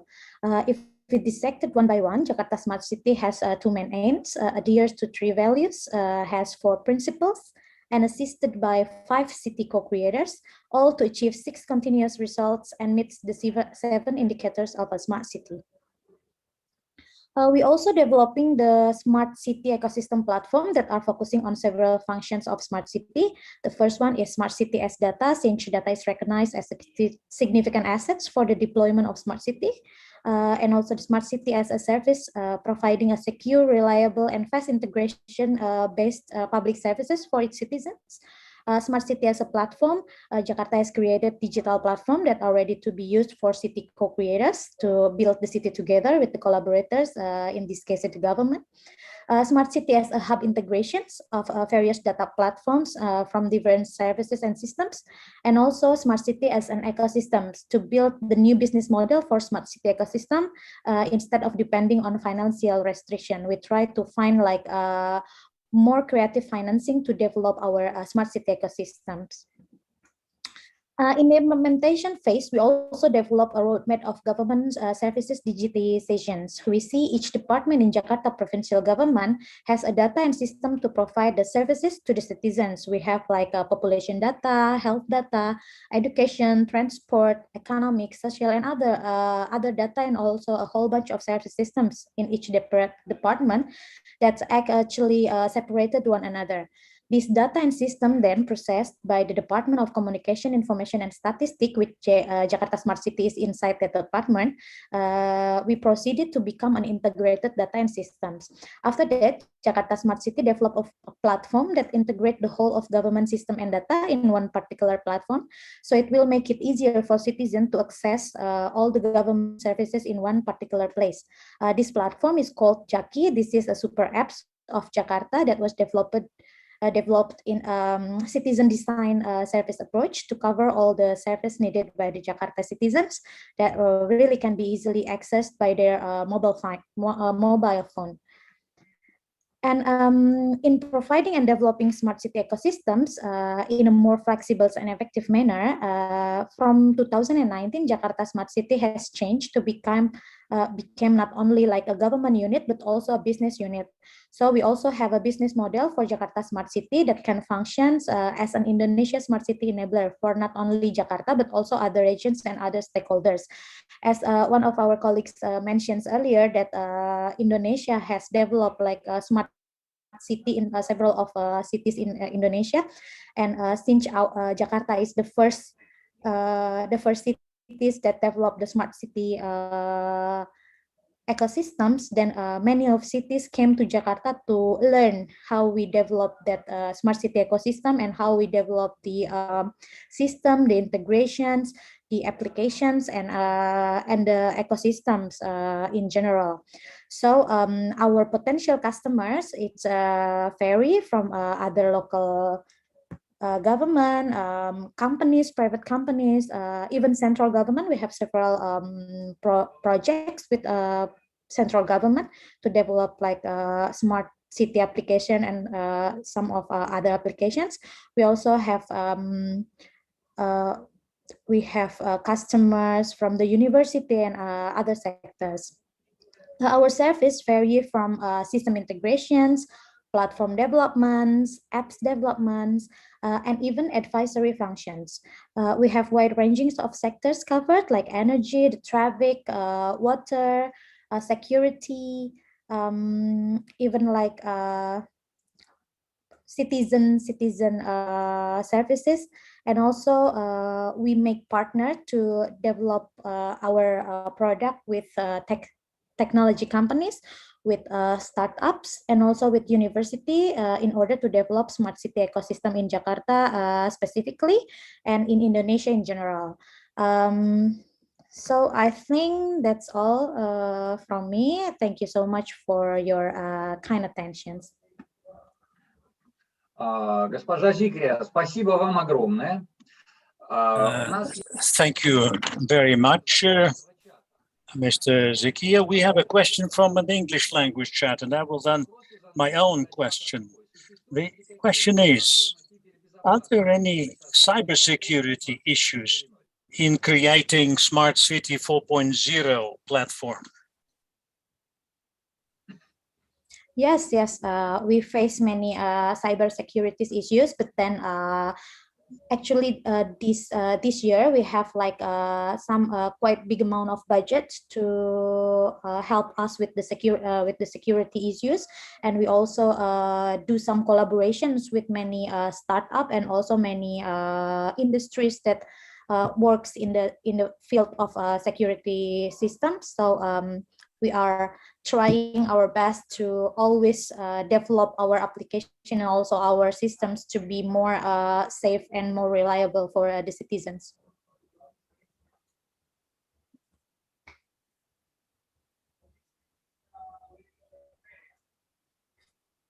Спасибо большое. Thank you very much. Ms. Ziki, I have my question. Do you have experience working with Russian companies or with Russian solutions? I don't think so. I don't think we have like a cooperation. Working with local partners. I think up until now, we're still working with our local partners and some of the partners from other countries, but I'm not sure that we already have like a cooperations or some projects together with Russia or Russian companies. Probably next, really near in the future. Госпожа Зикрия, вот в связи с будущим. With regard to the future, this conference is starting and launching a business mission organized by a Russian Development Institute, Russian Export Center, and you are aware of that because you've seen the invitation. And the participants of this business mission, online mission, includes over 20 best top Russian companies. We are ready to send you presentations from those companies. And if you are interested in some of them, all of them, or maybe some part of them, we will be ready to arrange contacts and meetings with them in convenient times, in convenient formats for you and your specialists. Okay, I'm looking forward for that. Спасибо вам огромное. Еще раз, как говорила... Very much. As Maria Mitsura has said today, a very valuable view from the inside is very useful and interesting. All Russian exporters will carefully read your presentation, getting the view of where the capital of Indonesia is moving It's a major vector for development of the country at large, and will be better prepared to access Indonesian market and enter international market. We will hope that this meeting will have a follow-up, and there will be substantive meetings further on between exporters and you. But all the proceedings and materials will be sent out to you today. And thank you very much for your participation and very informative, interesting presentation. Thank you. Thank you. Уважаемые коллеги, мы движемся... Dear colleagues, we are moving on. Another expert view from Indonesia, another potential partners, speaking about the possibilities for international vendors in the Indonesian market, will be shared by Antonio Marvin,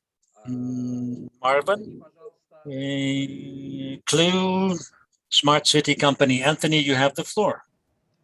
Thank you, Mr. Zukowski. Let me share my screen. And good morning or afternoon in Russia, I think. One of the, almost all the presentation before has explained a lot about the Indonesia market. So I agree with them about the landscape of the market in Indonesia. So I will try to complement their presentation. So previously, I would like to introduce myself. My name is Anthony Marwan. I'm from the one of the leading startup in Indonesia, creating an ecosystem for smart city. I am role as a government relation here. So for the introduction of my company, we are founding in 2016, and you can check our website at clue.ai to see what kind of technology that we create.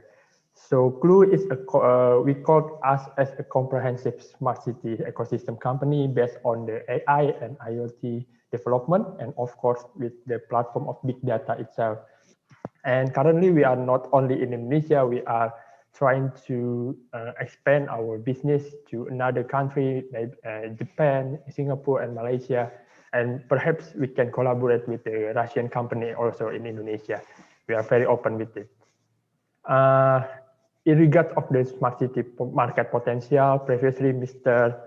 Ivan Romano has explained about the business of IT Indonesia. So I will try to make it more into the smart city market. In research by the City Asia in 2017 to 2020, smart city market is very big in terms of technology, in terms of the segmentation.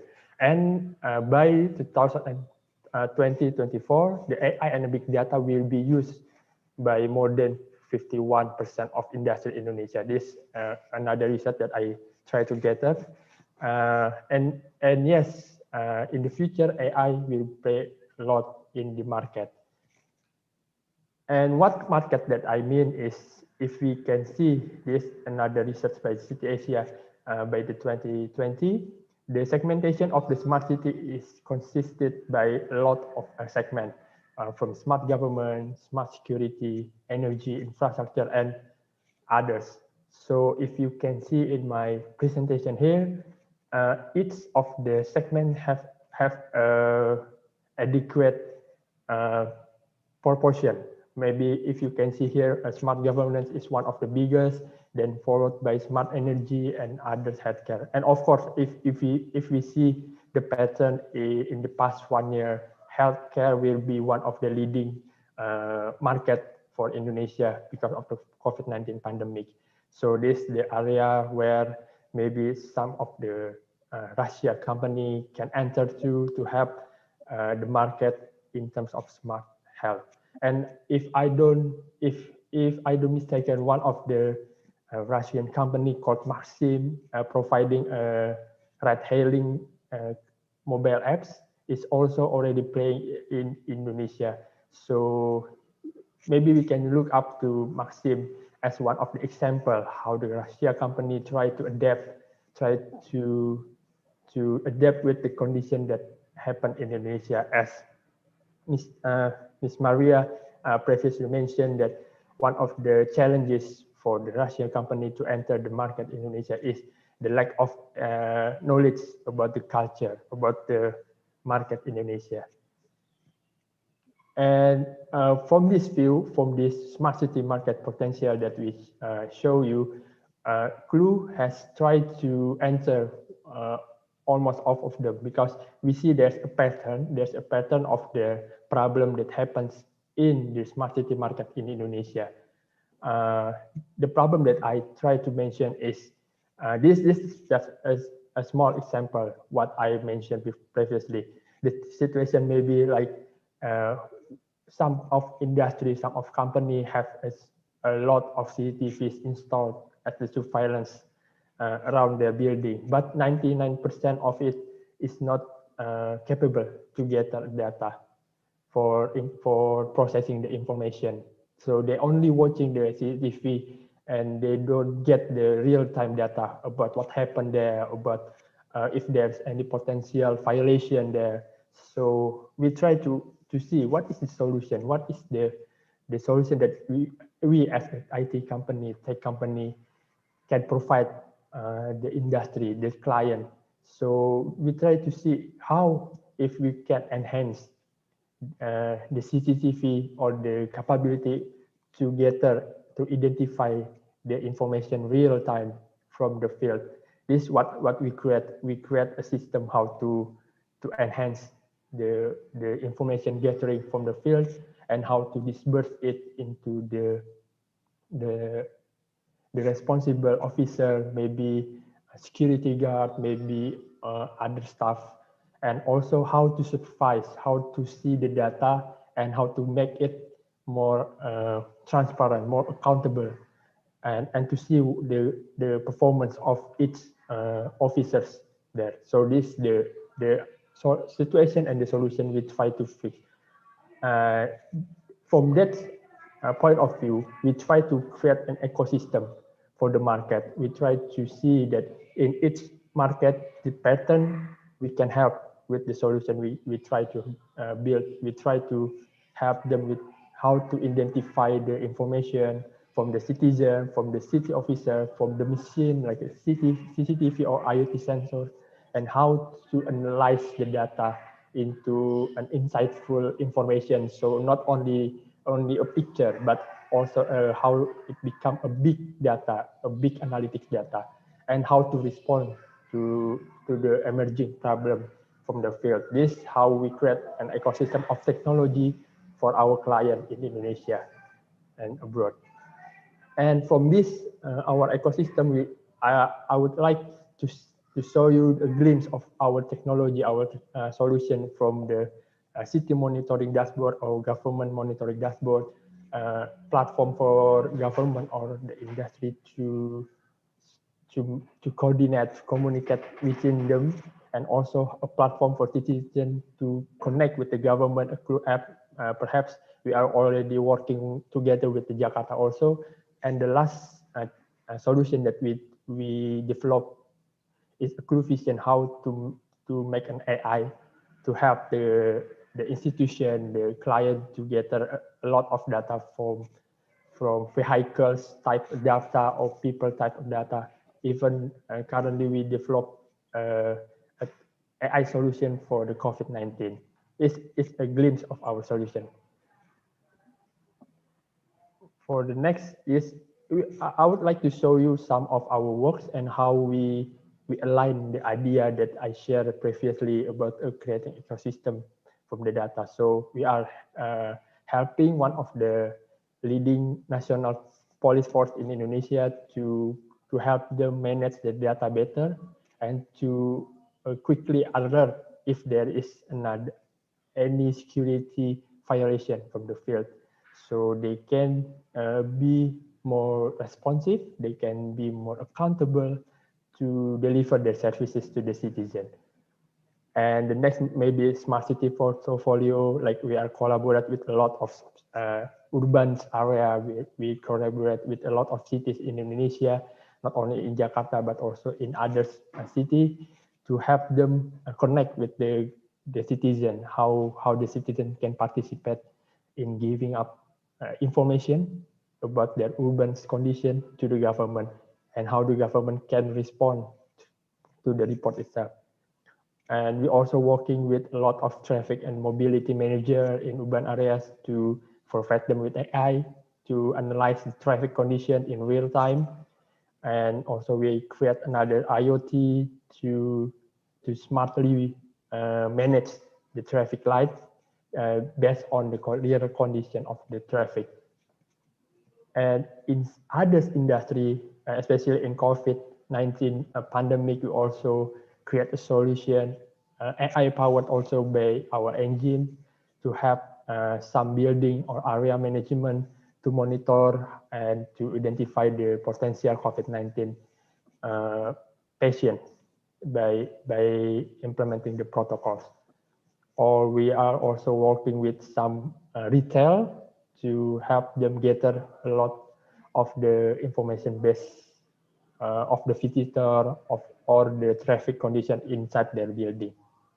It is just a little portfolio that we have. We also working a lot with a lot of partners, and for sure we are happy if we can collaborate with another Russia company to work on our project in Indonesia. And if you want to connect and visit us at clue.ai or just email at this email, branibluba@clue.id. I think that's all, Mr. Zhukovsky, my presentation. If there's question, please.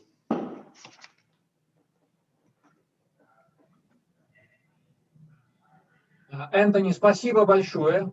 Спасибо большое за выступление. Thank you very much, Anthony, for your presentation. Very interesting. We have your presentation. We have the contact details. I think all the exporters who got interested will certainly contact you. Yes, thank you.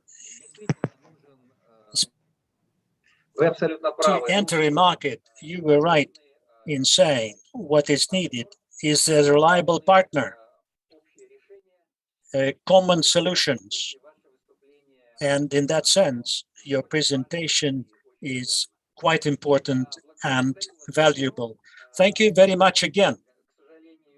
Unfortunately, we are getting behind the schedule more and more. So I move on. Thank you very much again. And I give the floor to Alexander Beleshov, head of Agent and Partner Network of the Russian Export Center. There have been many questions today.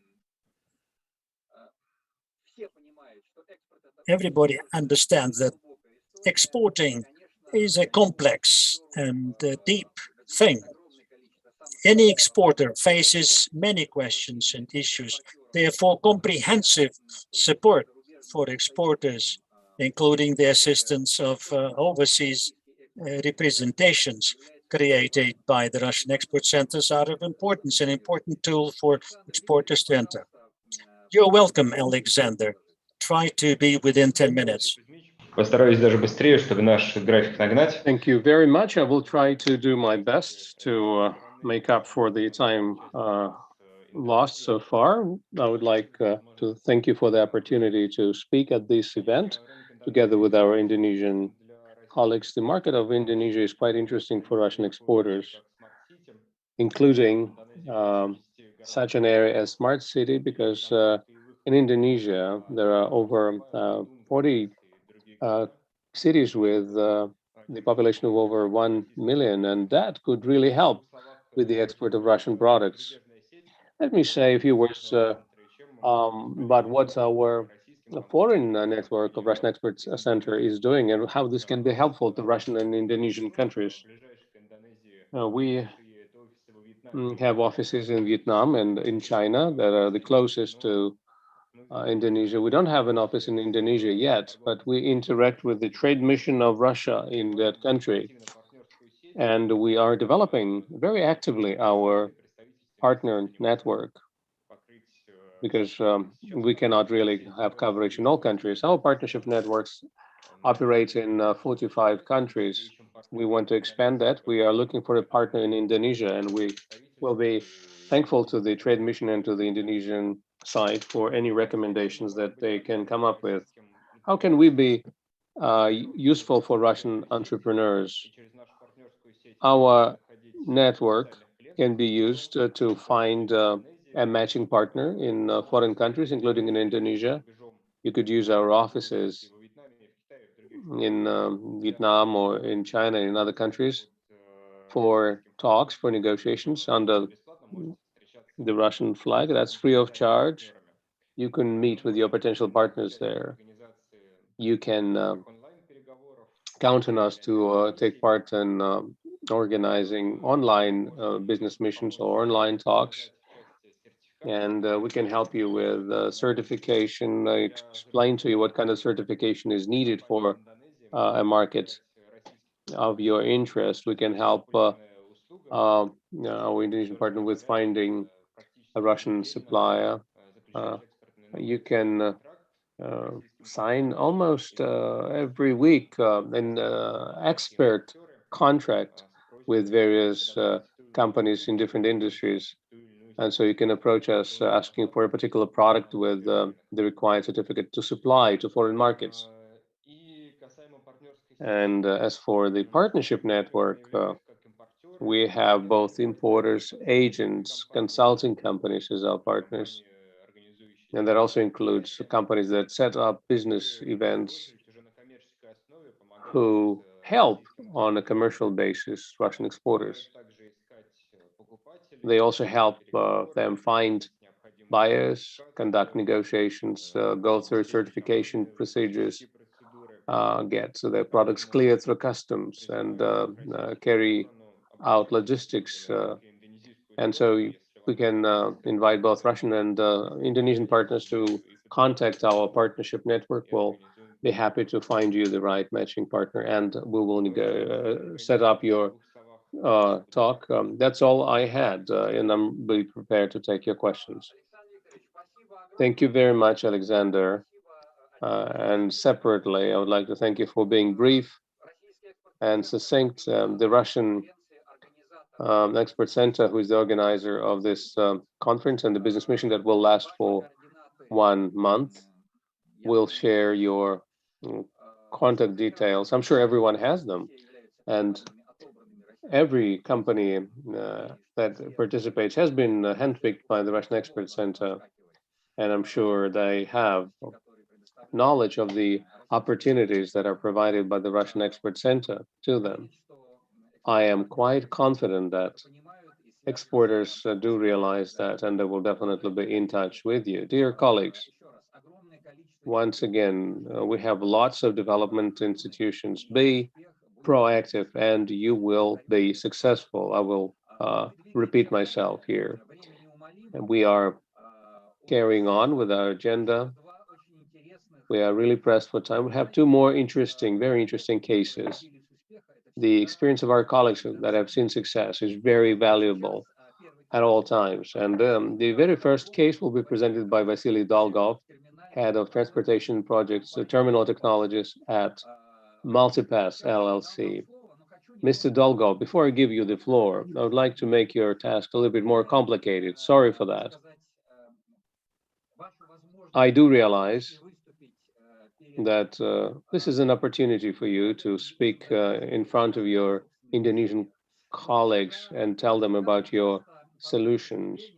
But very often, presentations like this are as follows, or look as follows. 95% of exporters are offering their own solutions that are no doubt great, but only 5% of the time is spent on common issues, difficulties, challenges, and recipes that allow them to enter a particular market. I would like to really ask you to shift the focus of your presentation and make sure that your presentation is 50-50 that. What are the key major 3 or 2 major problems that you've had to deal with? I understand you don't work with Indonesia and you do work with India, correct me if I'm wrong, but what are the 2 or 3 major problems that you've encountered when entering the Indian market, and how did you address them? And please stick to the 10-minute time limit. You have the floor. Hello, dear colleagues. I will try to make the 10-minute time limit. I will try to be even quicker than that. I will try to put on my presentation. If I am successful, that would be great. You can hopefully see everything. Yes, we can see everything really well.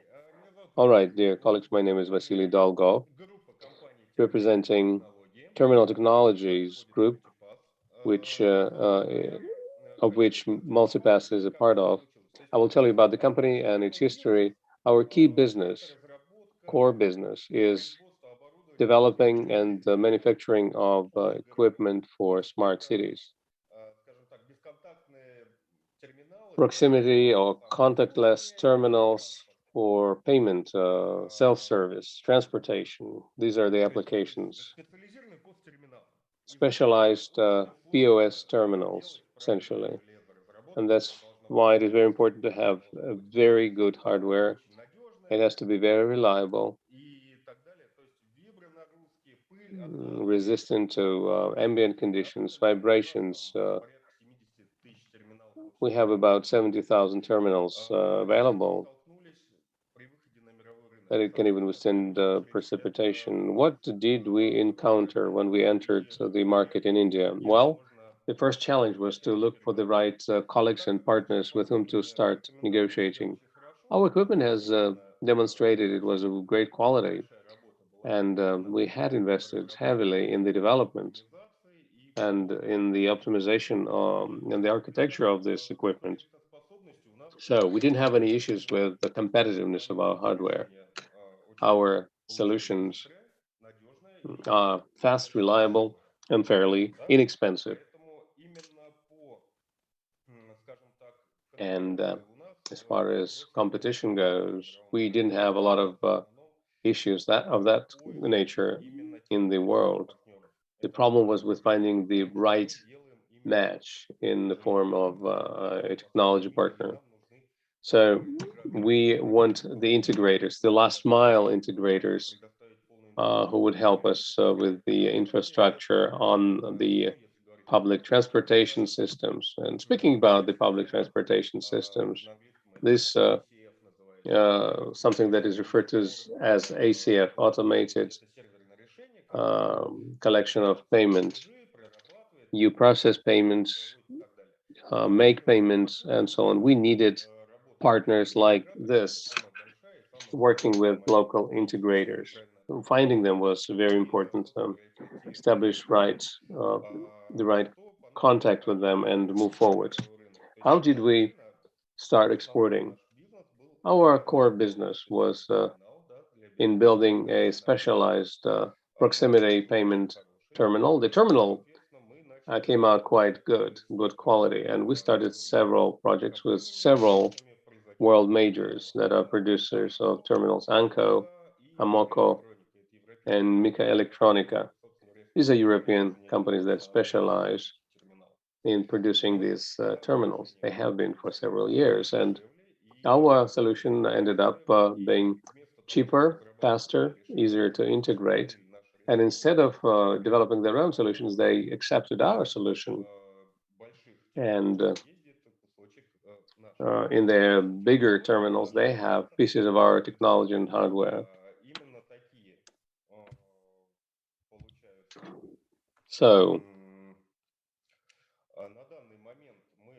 that's how it started. In addition to our presence in Russia, we are present in India, in Europe, France, the Czech Republic, Bulgaria and Greece, and Kazakhstan, Uzbekistan, and others.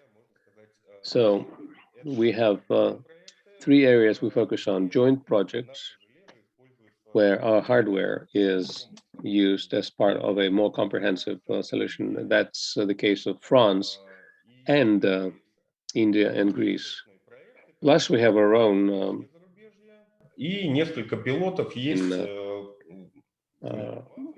в Америке, но это именно в стадии. We also have some of our sales in Africa and America, but we're still at the quoting stage. Let's not go into that. We have more than 10,000 terminals around the world. AMCO in India is the largest of the consumers, more than 10,000 devices.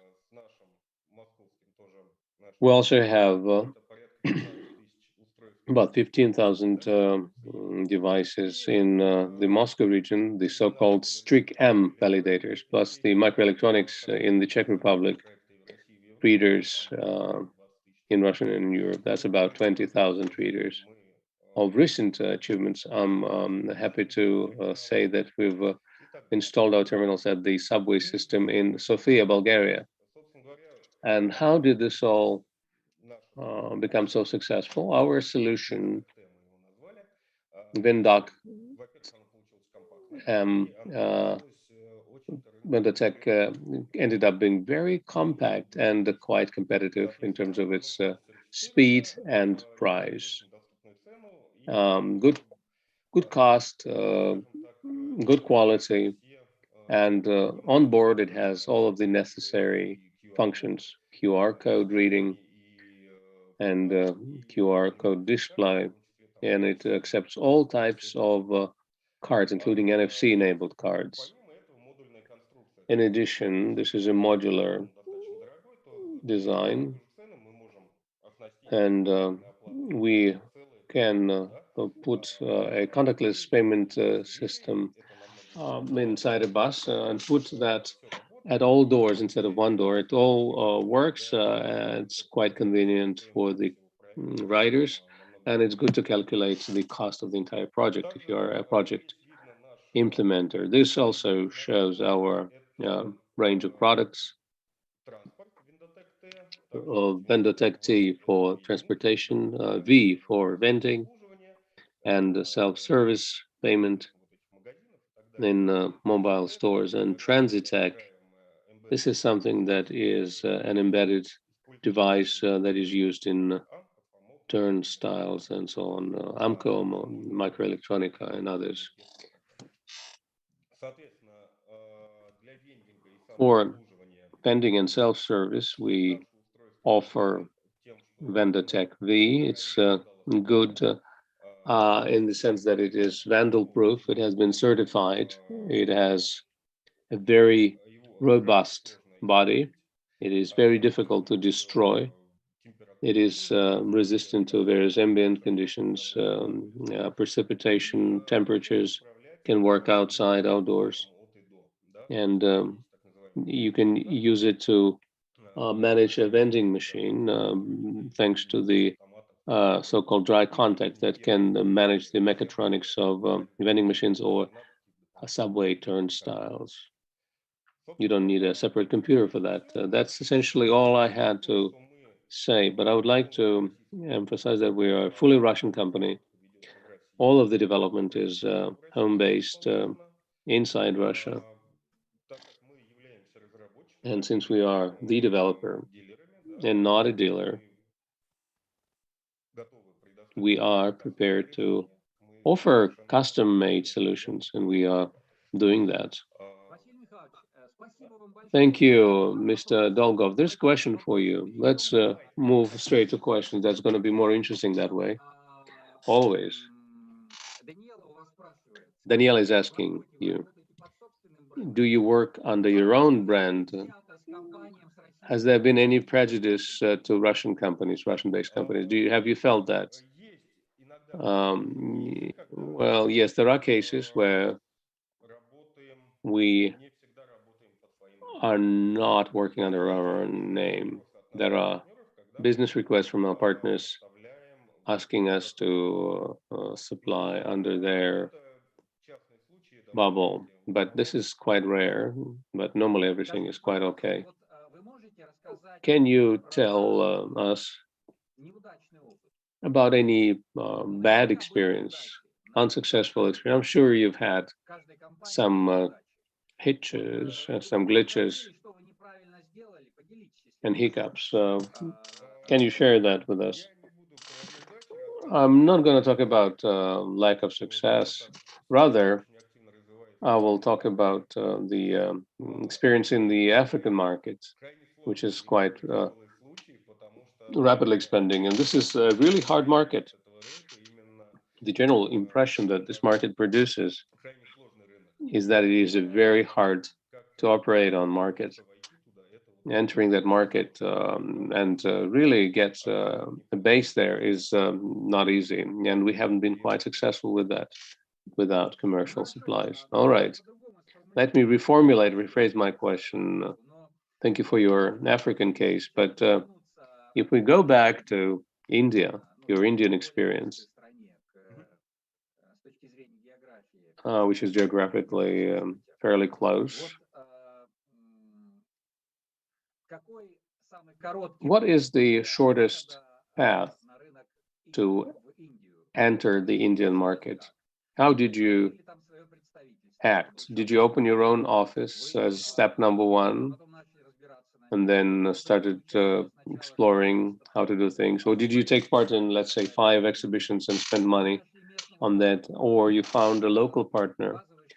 What were your basic steps there? The first step was to find an integrator company, a local company there, because the biggest problem is knowing the laws and the market. You need to position yourself properly. And in India and elsewhere in the world, that's the key thing, to position yourself properly, to have your pricing figured out, and you need help from the local companies, integrator companies that will help you with that. And if you may, did you offer exclusive rights to your first partner, or did you do it in a different way? In our case, we did it slightly differently. Well, we do what we do. We make the last mile equipment, last mile hardware. Without the local integrator, this product will be just like a nice looking brick that doesn't work. So they will take on a lot of work, server solutions, comprehensive solutions. And we are going to be a part of the solution. We will just guarantee that this will work and fast at the last mile. And therefore, our partner develops comprehensive solutions. That's how we operate. I see. Vasily, thank you very much. I wanted to ask more questions of you, but our time is up, and we have one more presentation, a very interesting case.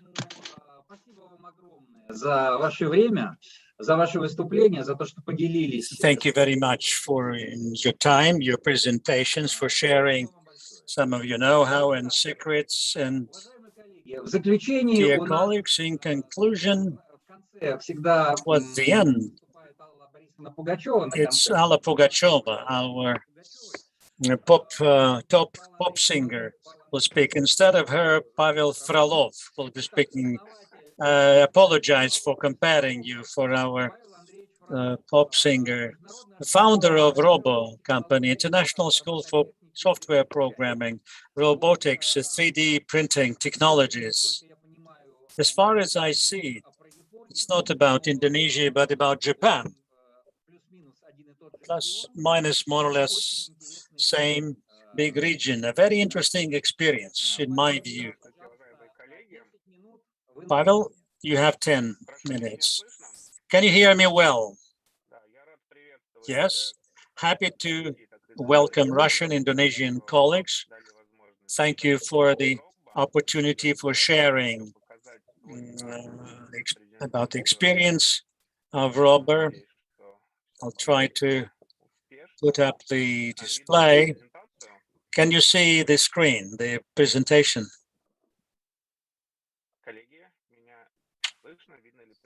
Can you hear me? Can you see my presentation? Yes, we can see you and hear you well. The topic is how Robert conquered Japan, domestic Japan. Our company is present in 21 countries, 50,000 plus students, over 300 classes in schools, franchises are being sold. Russia has the best programmers, and we also in Finland because Finland has the best education. We are also in Japan because Japan has the best robotics in the world. And having merged these three best practices, we are making the best educational program in educational robotics. Our key accomplishments. Twice we won the prestigious Google Rise Award, and we are winners of Finlanding contest, and we invited by Finnish government to come to Finland, which we did. We have Robot Finland company. In 2019, we won the contest of technological projects Fukuoka Startup City in Japan, and they were invited by the government of Japan to open an office in Japan. I will not dwell on that. And a week ago, we won a similar contest organized by the Chinese government in Nankin province, and now are invited by China to come. And we'll be getting financing to open an office in China. We are actively involved in international projects. We have a project underway developed jointly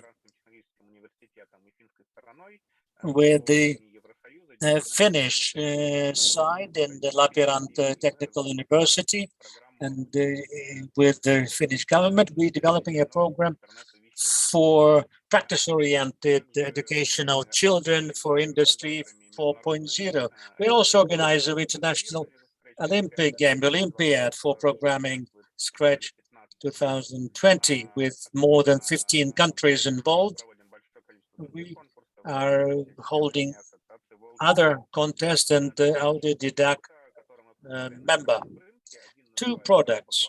One is RoboClass, is a solution which is a combination of hardware, software, and educational materials to teach programming, robotics, IoT, 3D printing, everything required by the engineers, innovators of the future. Our second product is a mix of four areas. It's a franchise for educational robotics, including hardware, software, educational materials, and also the brand, the know-how, and the business model of a high-quality social entrepreneurship. Several times we won contests as the best social business, socially oriented business. During the pandemics, we had to migrate to online. Be fine, go online is our motto, and launch online education for 3 disciplines. We invite you for preliminary classes in Russian, English, Finnish, and Japanese. You can learn online. Our methods are top of the world, some of the best of the world, and we understand children first play technologies and then they study technologies. At the next stage, we teach them how to create technologies. At the top stage, we learn how to invent their own technology, how to make and develop their own robots. We have 3 age groups, 5 to 7, 8 to 10 years, 11 to 15 age groups. And our students, pupils, become digital Jedis of the future, ready to launch technological startups or develop a robot from scratch, from design and building. We train teachers. We work with Russian, Finnish teachers and taught up to 100,000 teachers, dozens of thousand teachers anyway. A word about Japan. We have Robot Japan company in Japan. We won a Startup Fukuoka contest. We're invited by the government of Japan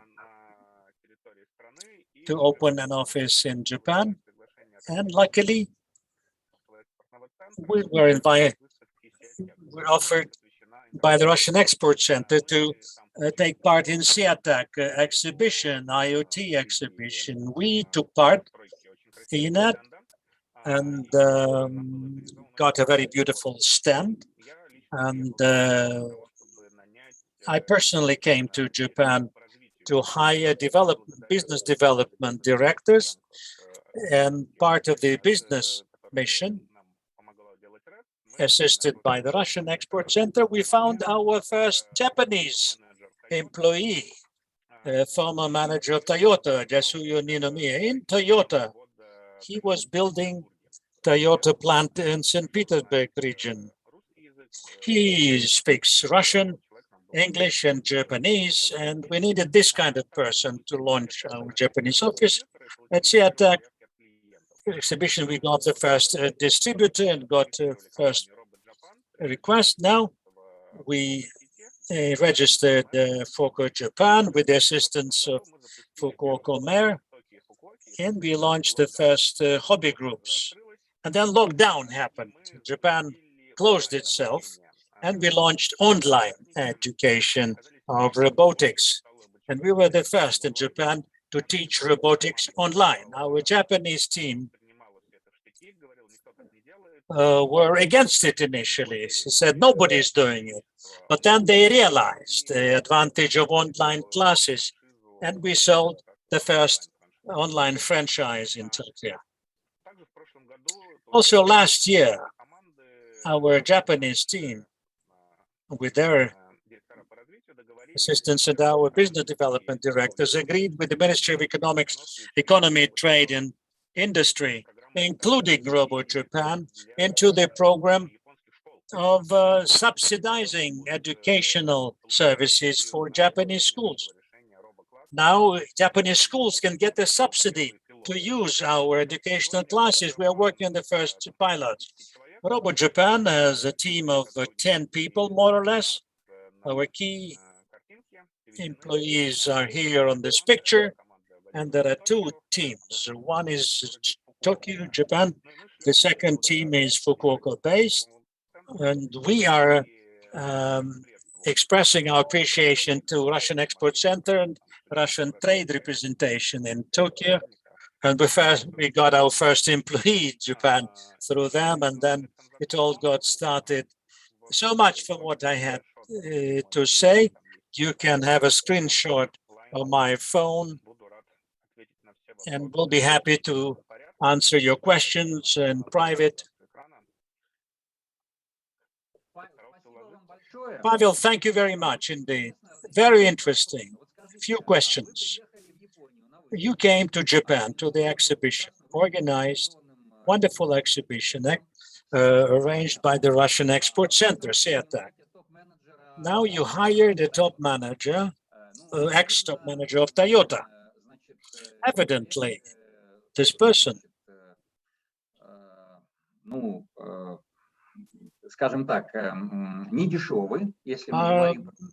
it is not cheap to hire this person in terms of labor market. Were you sure of success? Was this an entrepreneurial risk? Did you do a preliminary study of the Japanese market? You knew you expected to be successful, or you took a risk? We took a risk, pretty much. On the other hand, we managed to hire a person for whom the financial matters concerns were not top priority. And we hired him part-time initially, and this helped. We took a big risk, you're right. Did you have some understanding of the Japanese market preliminary? When we took part in the contest, in the Fukuoka startup contest, we looked at the JETRA, Japanese analog, and they explained us much about the Japanese market and wrote a manual of sorts on how to do business in Japan. Having read this manual and memo, I had the desire to stop the project because I realized how challenging it is going to be. That's probably the most challenging market in the world in terms of robotics. And we, on the other hand, we had commitments to the mayor's office of Fukuoka, and we had to deliver. And we decided they will move on. Although we were aware that we were taking great risk. It's a challenging market mentality. The mind is the most challenging thing. Totally different from the Western mind mentality, from Russian mentality. Just from the point. Я соглашаюсь с Но вами дальше я абсолютно. подумал о том, что если I'm done.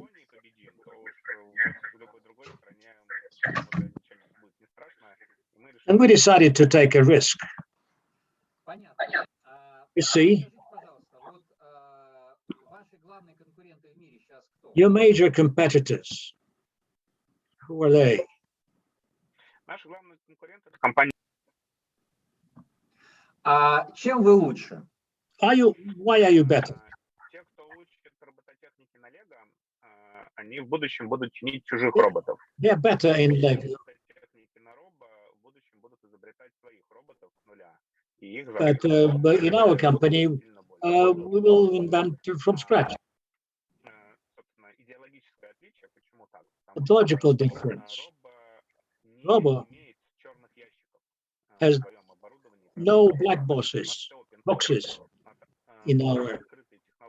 We are totally transparent, open technologies. All the know-how on manufacturing hardware, all the open, all the codes and sources are open and are published. There is no magic thinking that we develop through this technology. We explain to the children. Magic is fully understood technology. And we manage to enhance the quality of education. Выигрываем конкурсы разных правительств, потому что другого такого open source образовательного проекта в мире просто нет. Все остальные пытаются что-нибудь запатентовать и потом продавать патенты. А мы дарим наши разработки всему миру и позволяем. Give as gifts what we developed and help the world to understand how technology is based. If you discussed Lego, we don't have a competitor like who would open the black boxes. We had a strong competitor in China, but they got their investments and they closed their developments. We can only envy you. You have a good research-intensive life. A very interesting business. You are developing children's minds. Zika is listening to you. Given the concept she shared with us about the smart city, Jakarta, what you are doing is very much fitting on that picture. Developing children is our future. We're all parents. Our dream is for our children to be trained in your classes and deal with your hardware, with your cables. And our dream is to find agents of influence in Indonesia. We are interested in that market, and our dream is to find an agent in Indonesia who will help us to find a distributor to contact the schools and franchise sale partner. I'm sure you will make it. And I can tell you that during the contacts with Rika Zikria will certainly focus on you. We can only wish you every success. Thank you very much for an exciting presentation. Dear exporters, I think the cases we've heard about, including Pavel's presentation, One, it is important to understand how, why, and where you are better. I see before my eyes quite a few exporters who try to enter markets without understanding, without having an answer to the question I articulated. Are you cheaper? No, we are not. Are you more convenient? No, we are not more convenient. Are you more precise? No, we are not more precise. Are you better in terms of functionality? No, but we want to sell our product. I think it is not a promising kind of approach. I think we are all aware of it. I suggest we give some thought again. These are simple questions, but quite often questions to simple answers take us to a higher level, save time and effort. Dear colleagues, I'm looking at the questions. We are through with the questions. We have all the questions answered. I'm very happy for us to have held this conference. I see Rika Zikiri. You are with us. Hopefully you've heard and seen the last presentation. Hopefully you got interested. We'll send you the presentation and hopefully you will be interested. People, the next generation, the entire Japan is working with Robert, the entire Russia, hopefully Indonesia will get interested too, given the presentation that you have shared with us. We're sure to send you this information and presentation. Dear colleagues, we are concluding our work. We are exhausted, our agenda. We are half an hour behind the schedule. As the moderator, allow me to thank the Russian Export Center for arranging this conference and the business mission, and thank the Ministry of Industry and Trade, the Trade Mission of Russia and Indonesia, all the speakers who came up with very substantive presentations. Separately, I want to thank our Indonesian partners who spoke at this conference. Mr. Anthony Marvin, Ms. Rika Zikria, Mr. Ivan Romano. We have been happy to be able to hear you and to hear the way you shared your view of the market, of the needs of the market. Thank you for sharing your secrets, sort of, in a very good sense of the word, with Russian exporters. I want to thank the attendees, the listeners, the audience, the exporters taking part in the conference and this business mission. I wish fruitful and successful negotiations. In the conclusion, recalling what Rika Zikria said about smart city and happiness, I would like to quote Erich Maria Remarque, a German writer, who said, "The most wonderful city is a city where people are happy." I wish you happiness living in all the cities you are living in. All the best to all of you, and thank you.